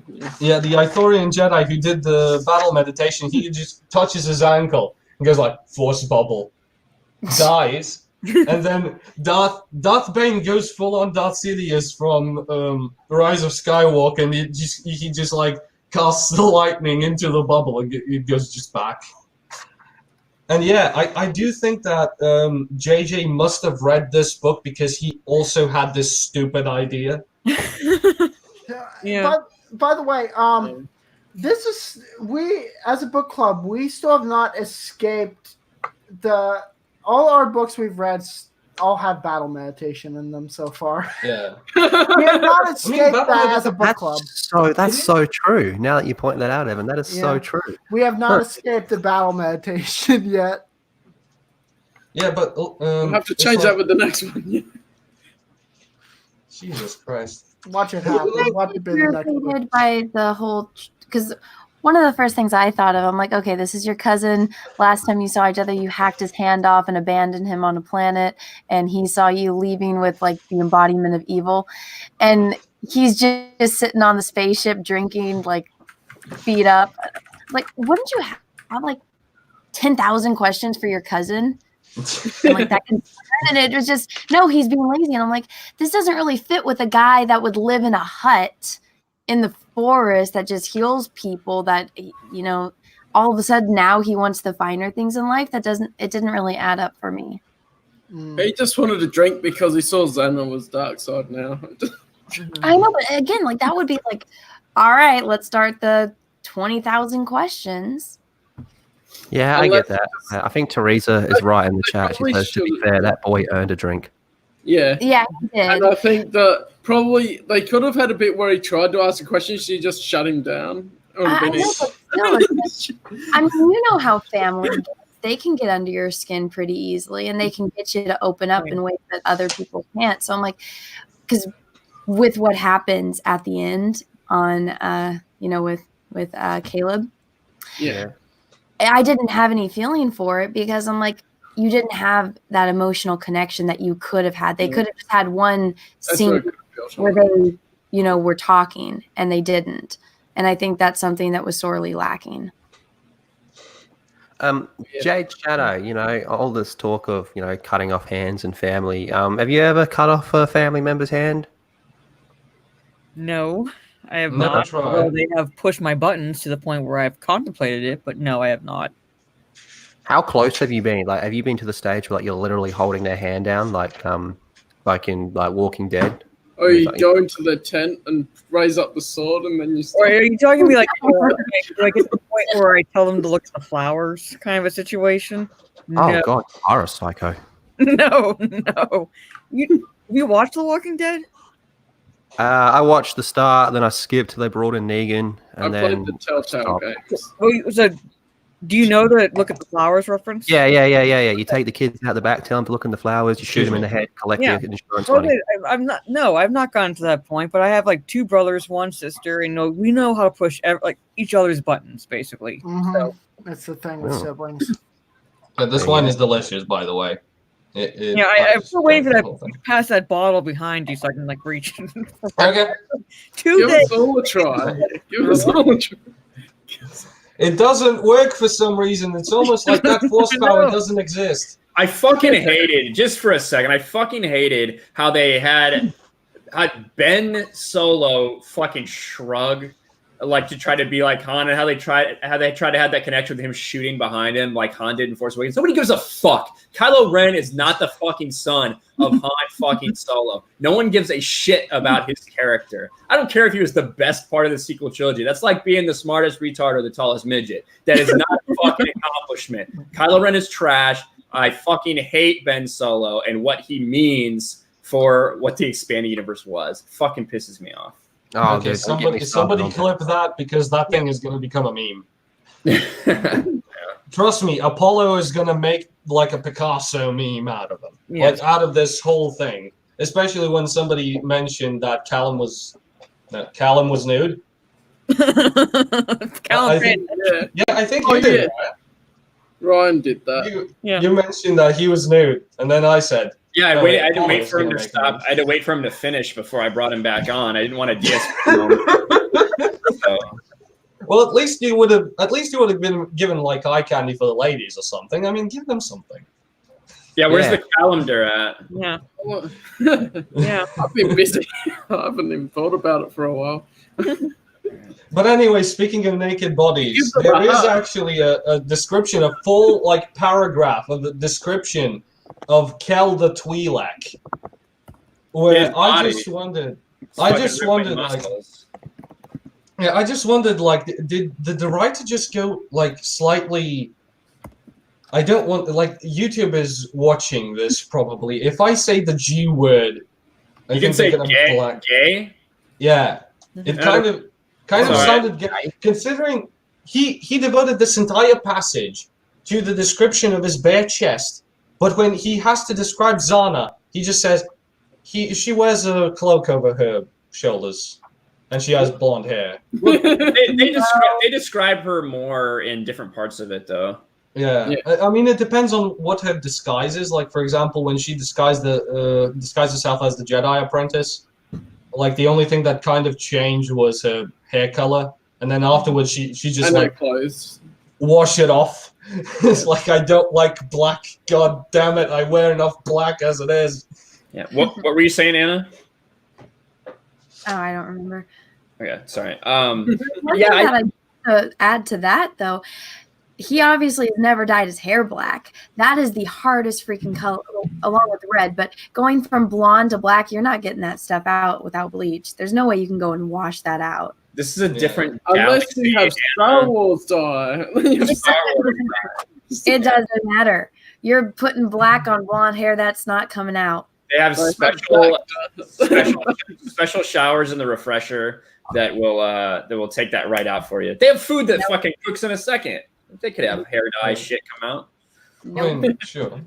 There's also the fact that they use the Force in this book, like when Jochen, again, I hate Jochen in this book. He's just such a plot I hole don't in think this. he's meant to be likable. Yeah, He's not. He's a cancer on this book. I hate him. But anyway, he was falling down the cliff 50 meters into the water, and apparently he surrendered himself to the Force. So he just goes like, okay, I'm going to die, and I'm going to pull this guy with me. And somehow he survives with only a few broken bones. It's like, okay, let's summarize your injuries. You've been fighting this guy, so you're fatigued, probably. You haven't been fighting with a lightsaber in a long time, so again, you're probably fatigued. You have your arms almost chopped off, considering he was wailing on his arms with 2 sickle swords. He cut down to the bone, considering we are talking about anatomy here. And if he fell 50 meters into the water would be basically like concrete.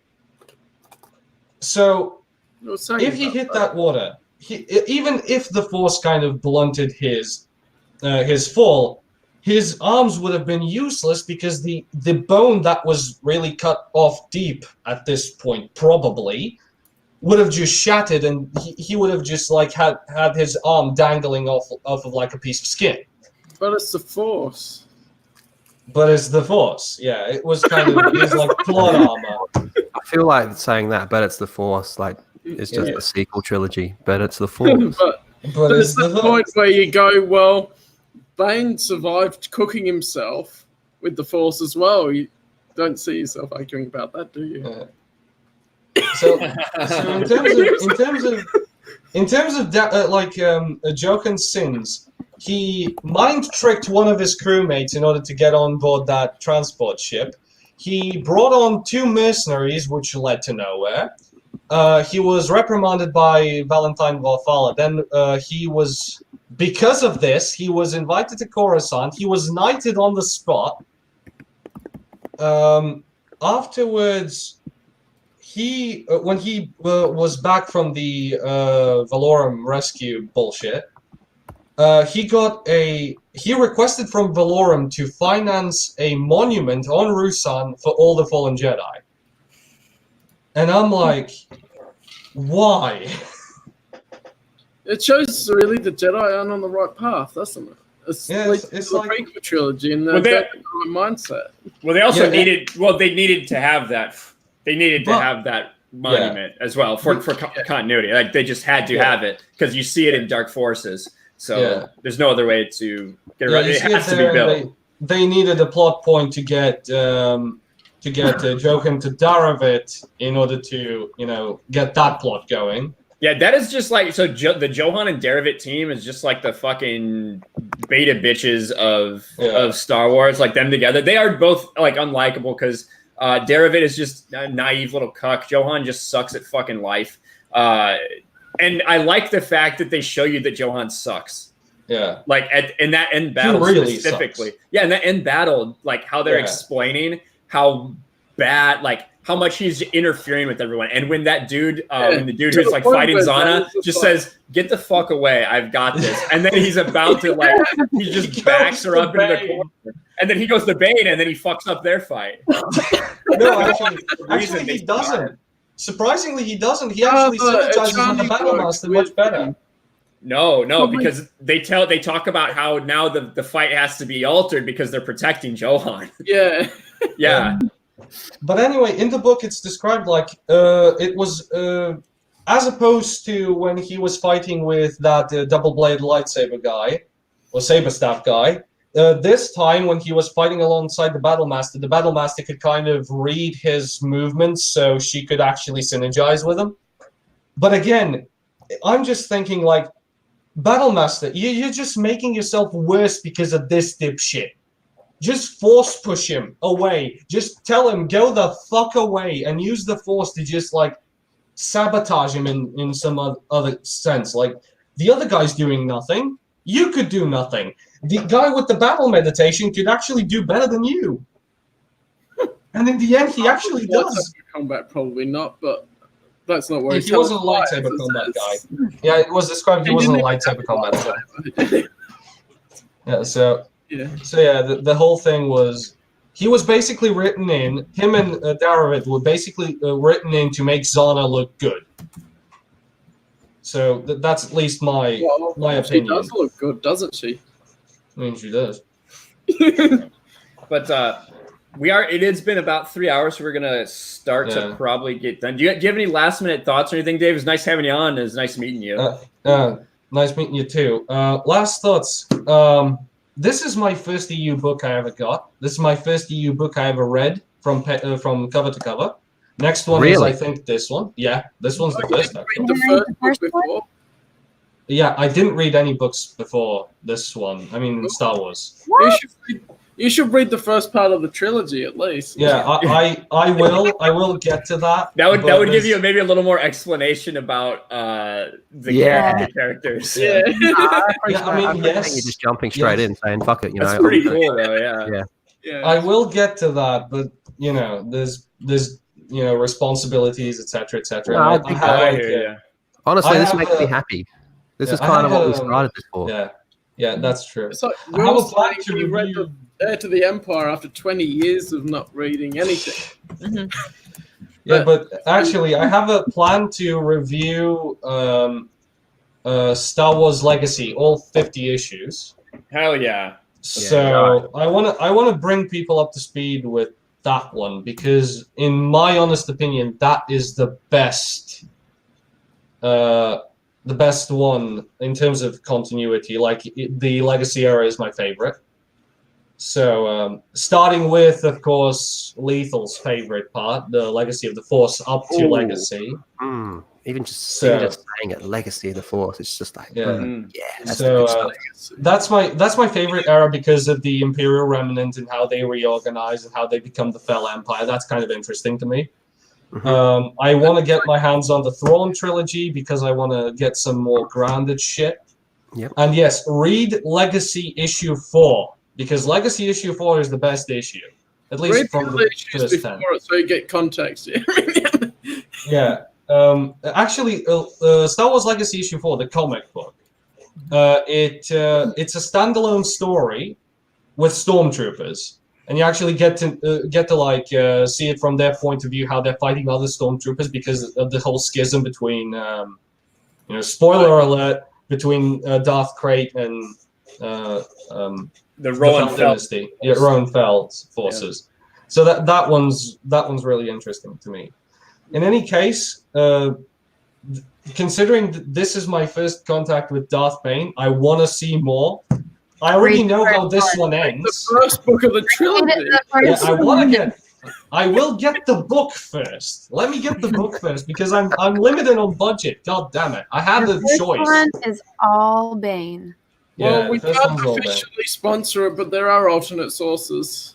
Yeah. So I'm gonna read this one next, considering this one's for the next reading club. So I'm gonna read this one next. Then I'm gonna kind of flash back to Path of Destruction. I'm gonna read that. Then I'm gonna get to Thrawn, hopefully.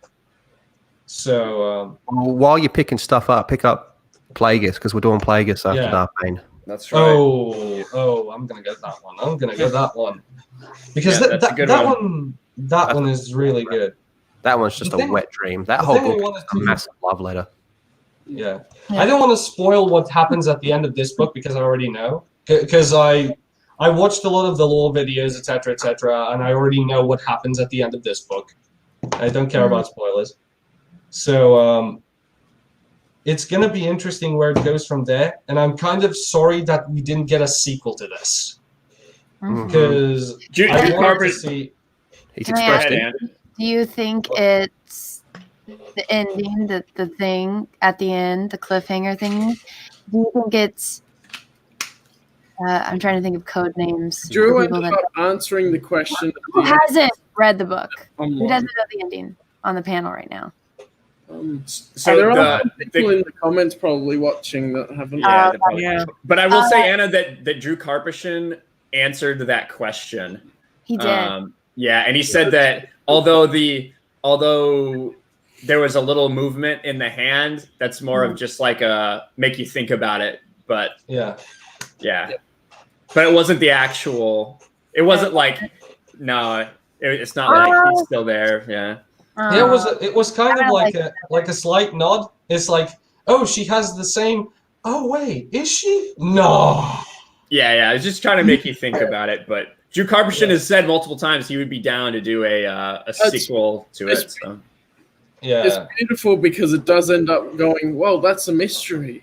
That's Yeah. It makes you think of it.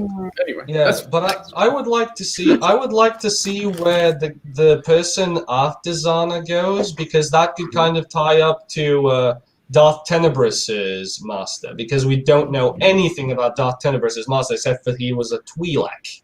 There's a bit of a jump between them. Yeah. It's interesting how many alien Sith you have in the Bainite line, and then the Empire that comes into place is anti-aliens. Yeah. But in any case, it was a good book to read through. I didn't have much issue going through it. The only issues with continuity and the pacing I had with were the, just jumping between chapter and chapter and then going from Jedi Bane Zana, Darovit, Jedi Bane Zana. It was kind of like, okay, I was like, okay, just stop, tell everything with Zana, and then cut to the Jedi, please, because just a personal thing. Sometimes you want to get the events when they're happening at the same time, rather than go, oh, I have to backtrack and go, wait, what was Zana doing at this point at this time when they're saying this? Yeah, because it kind of feels like sort of thing. It could have been the pacing could have been a little bit better, at least in my opinion. It was. It was rushed. It was written in 6 months. That's impressive considering the quality of this book. I mean, not the print. The print's awful, but the quality of the writing in this book, it's. I would give it a solid 7 to an 8 because this is again my first contact with these kinds of books. But I've read different books before. It's well written. It doesn't have many mistakes as far as I can tell.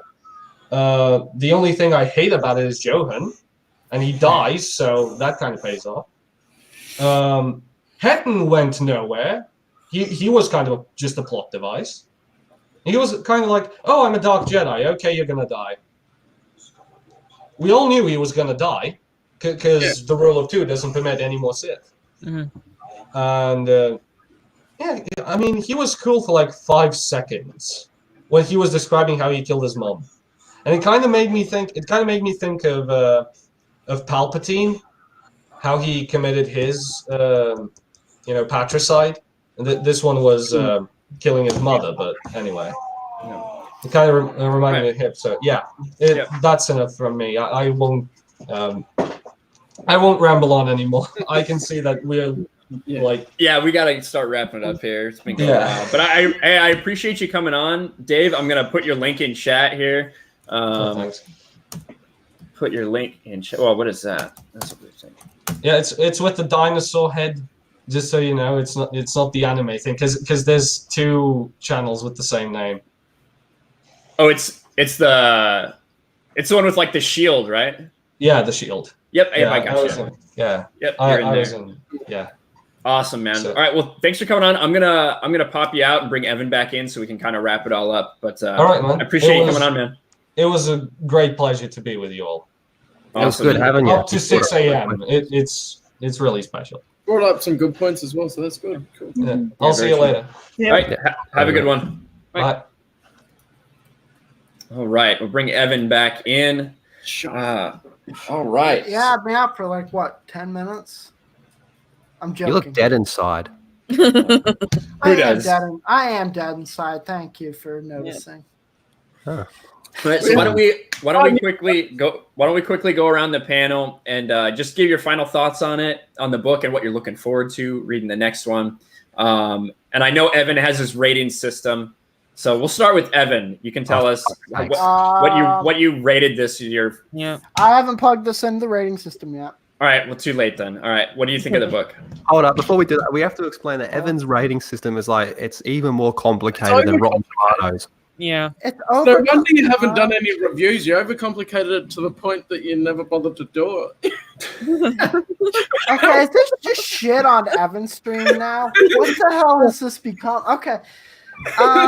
Tagged out Mara. I need to revise my rating system. I know. I'd probably rate this book. It kept me hooked. Probably in the 8.2, 8.5. It's high up there, but again, probably not as good as the last book.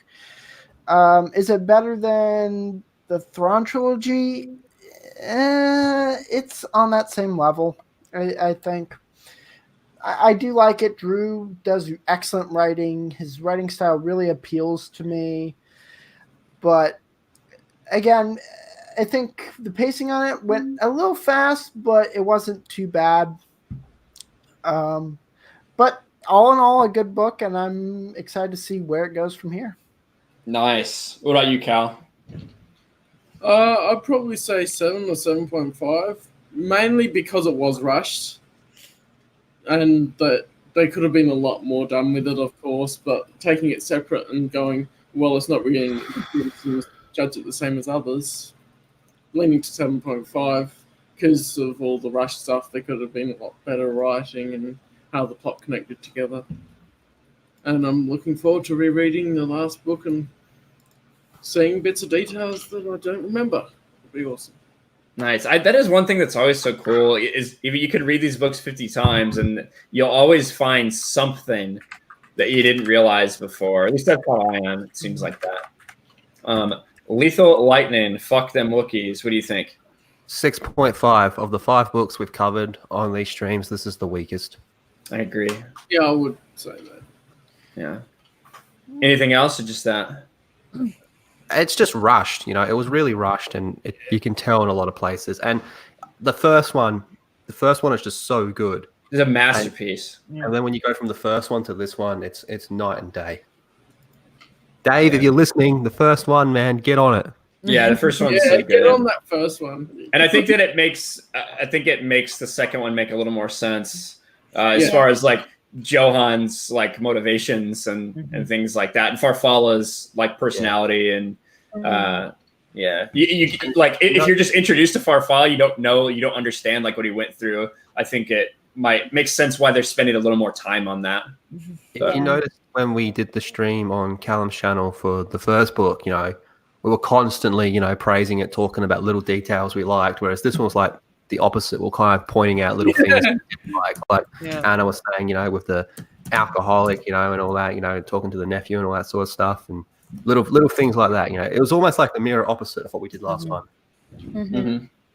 Yeah. All right, Anna, what about you? I know what would you? I don't know. You don't have a complicated, ridiculous rating system like Evan, but what would you rate it?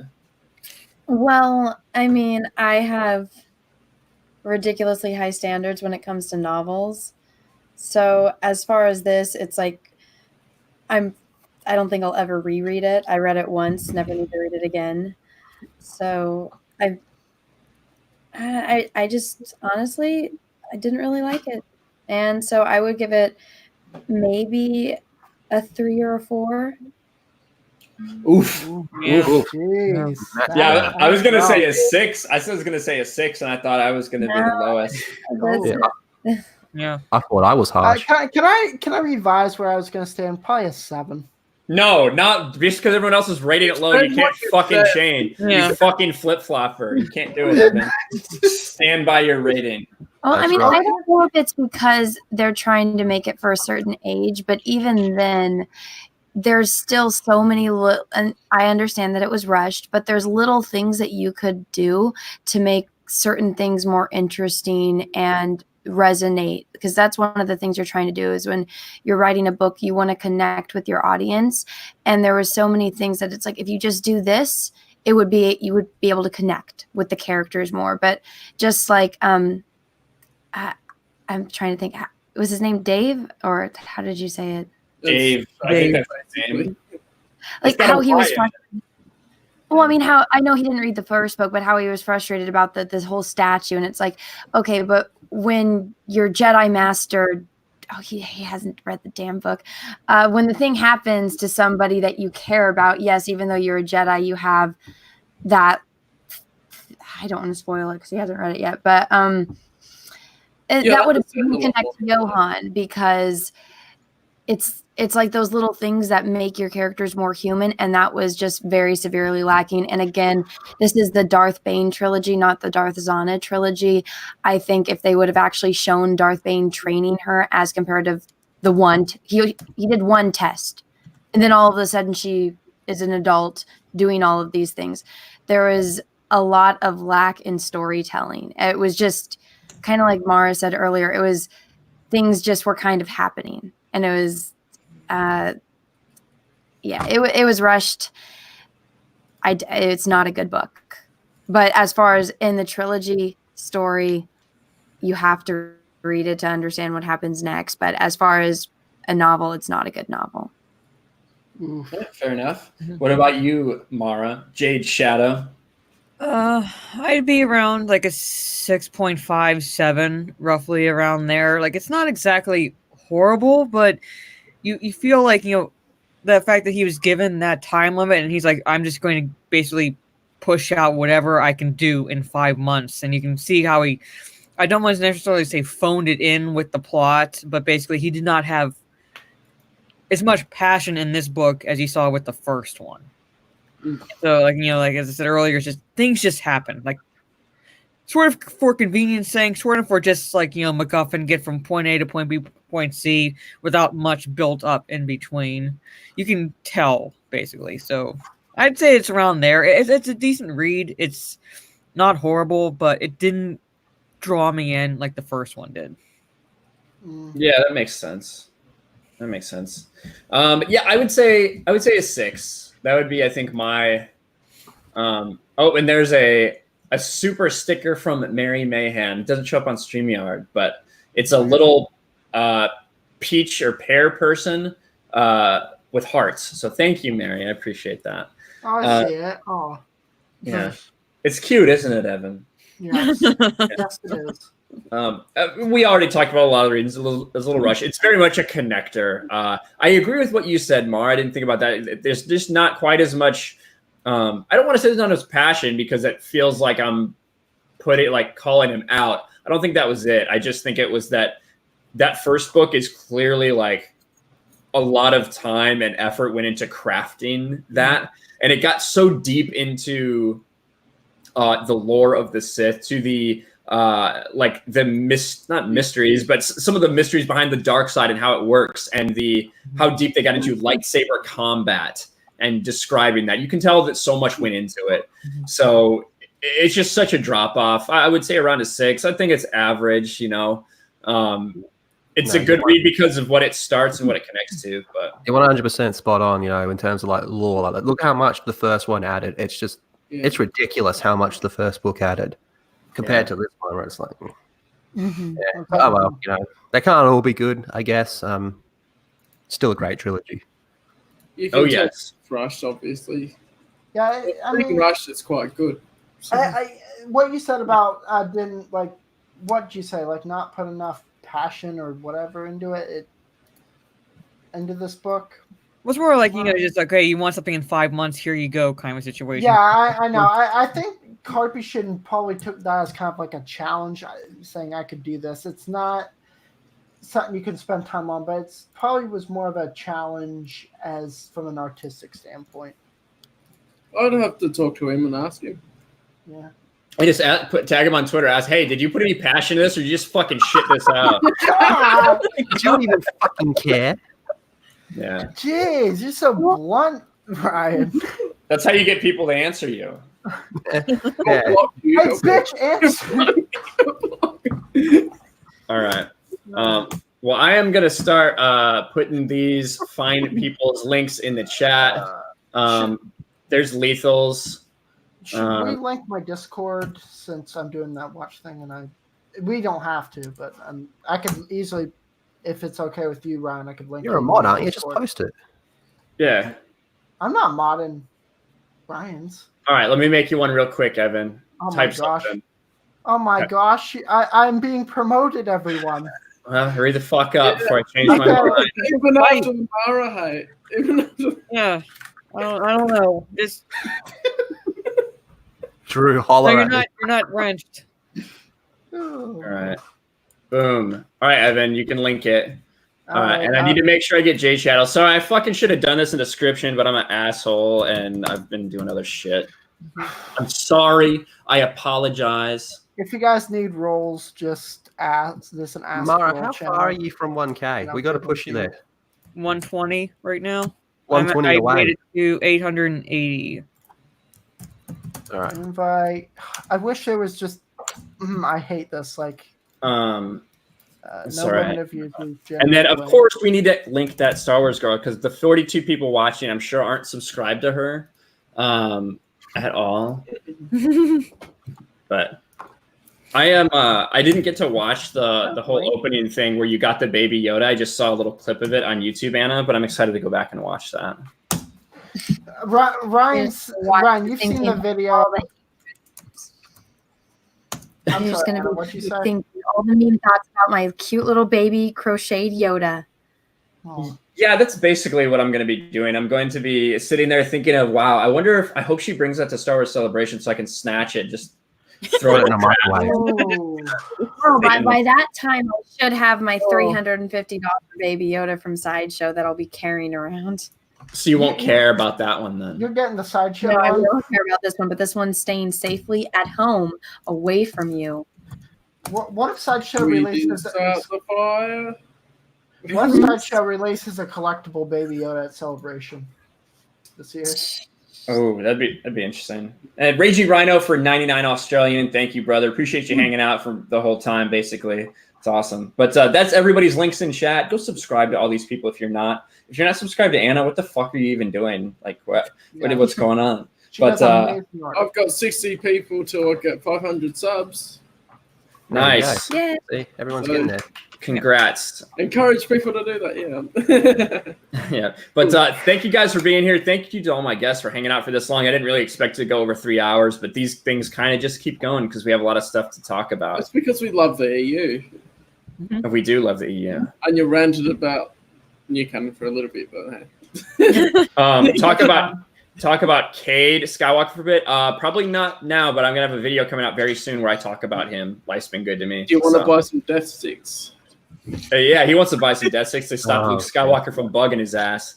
But Cade Skywalker. I'll sum Cade Skywalker up really quickly. Imagine you're like the descendant of like one of the most famous people of all time, so you decide to shoot up heroin and have sexual fantasies of your great grandmother. What the heck?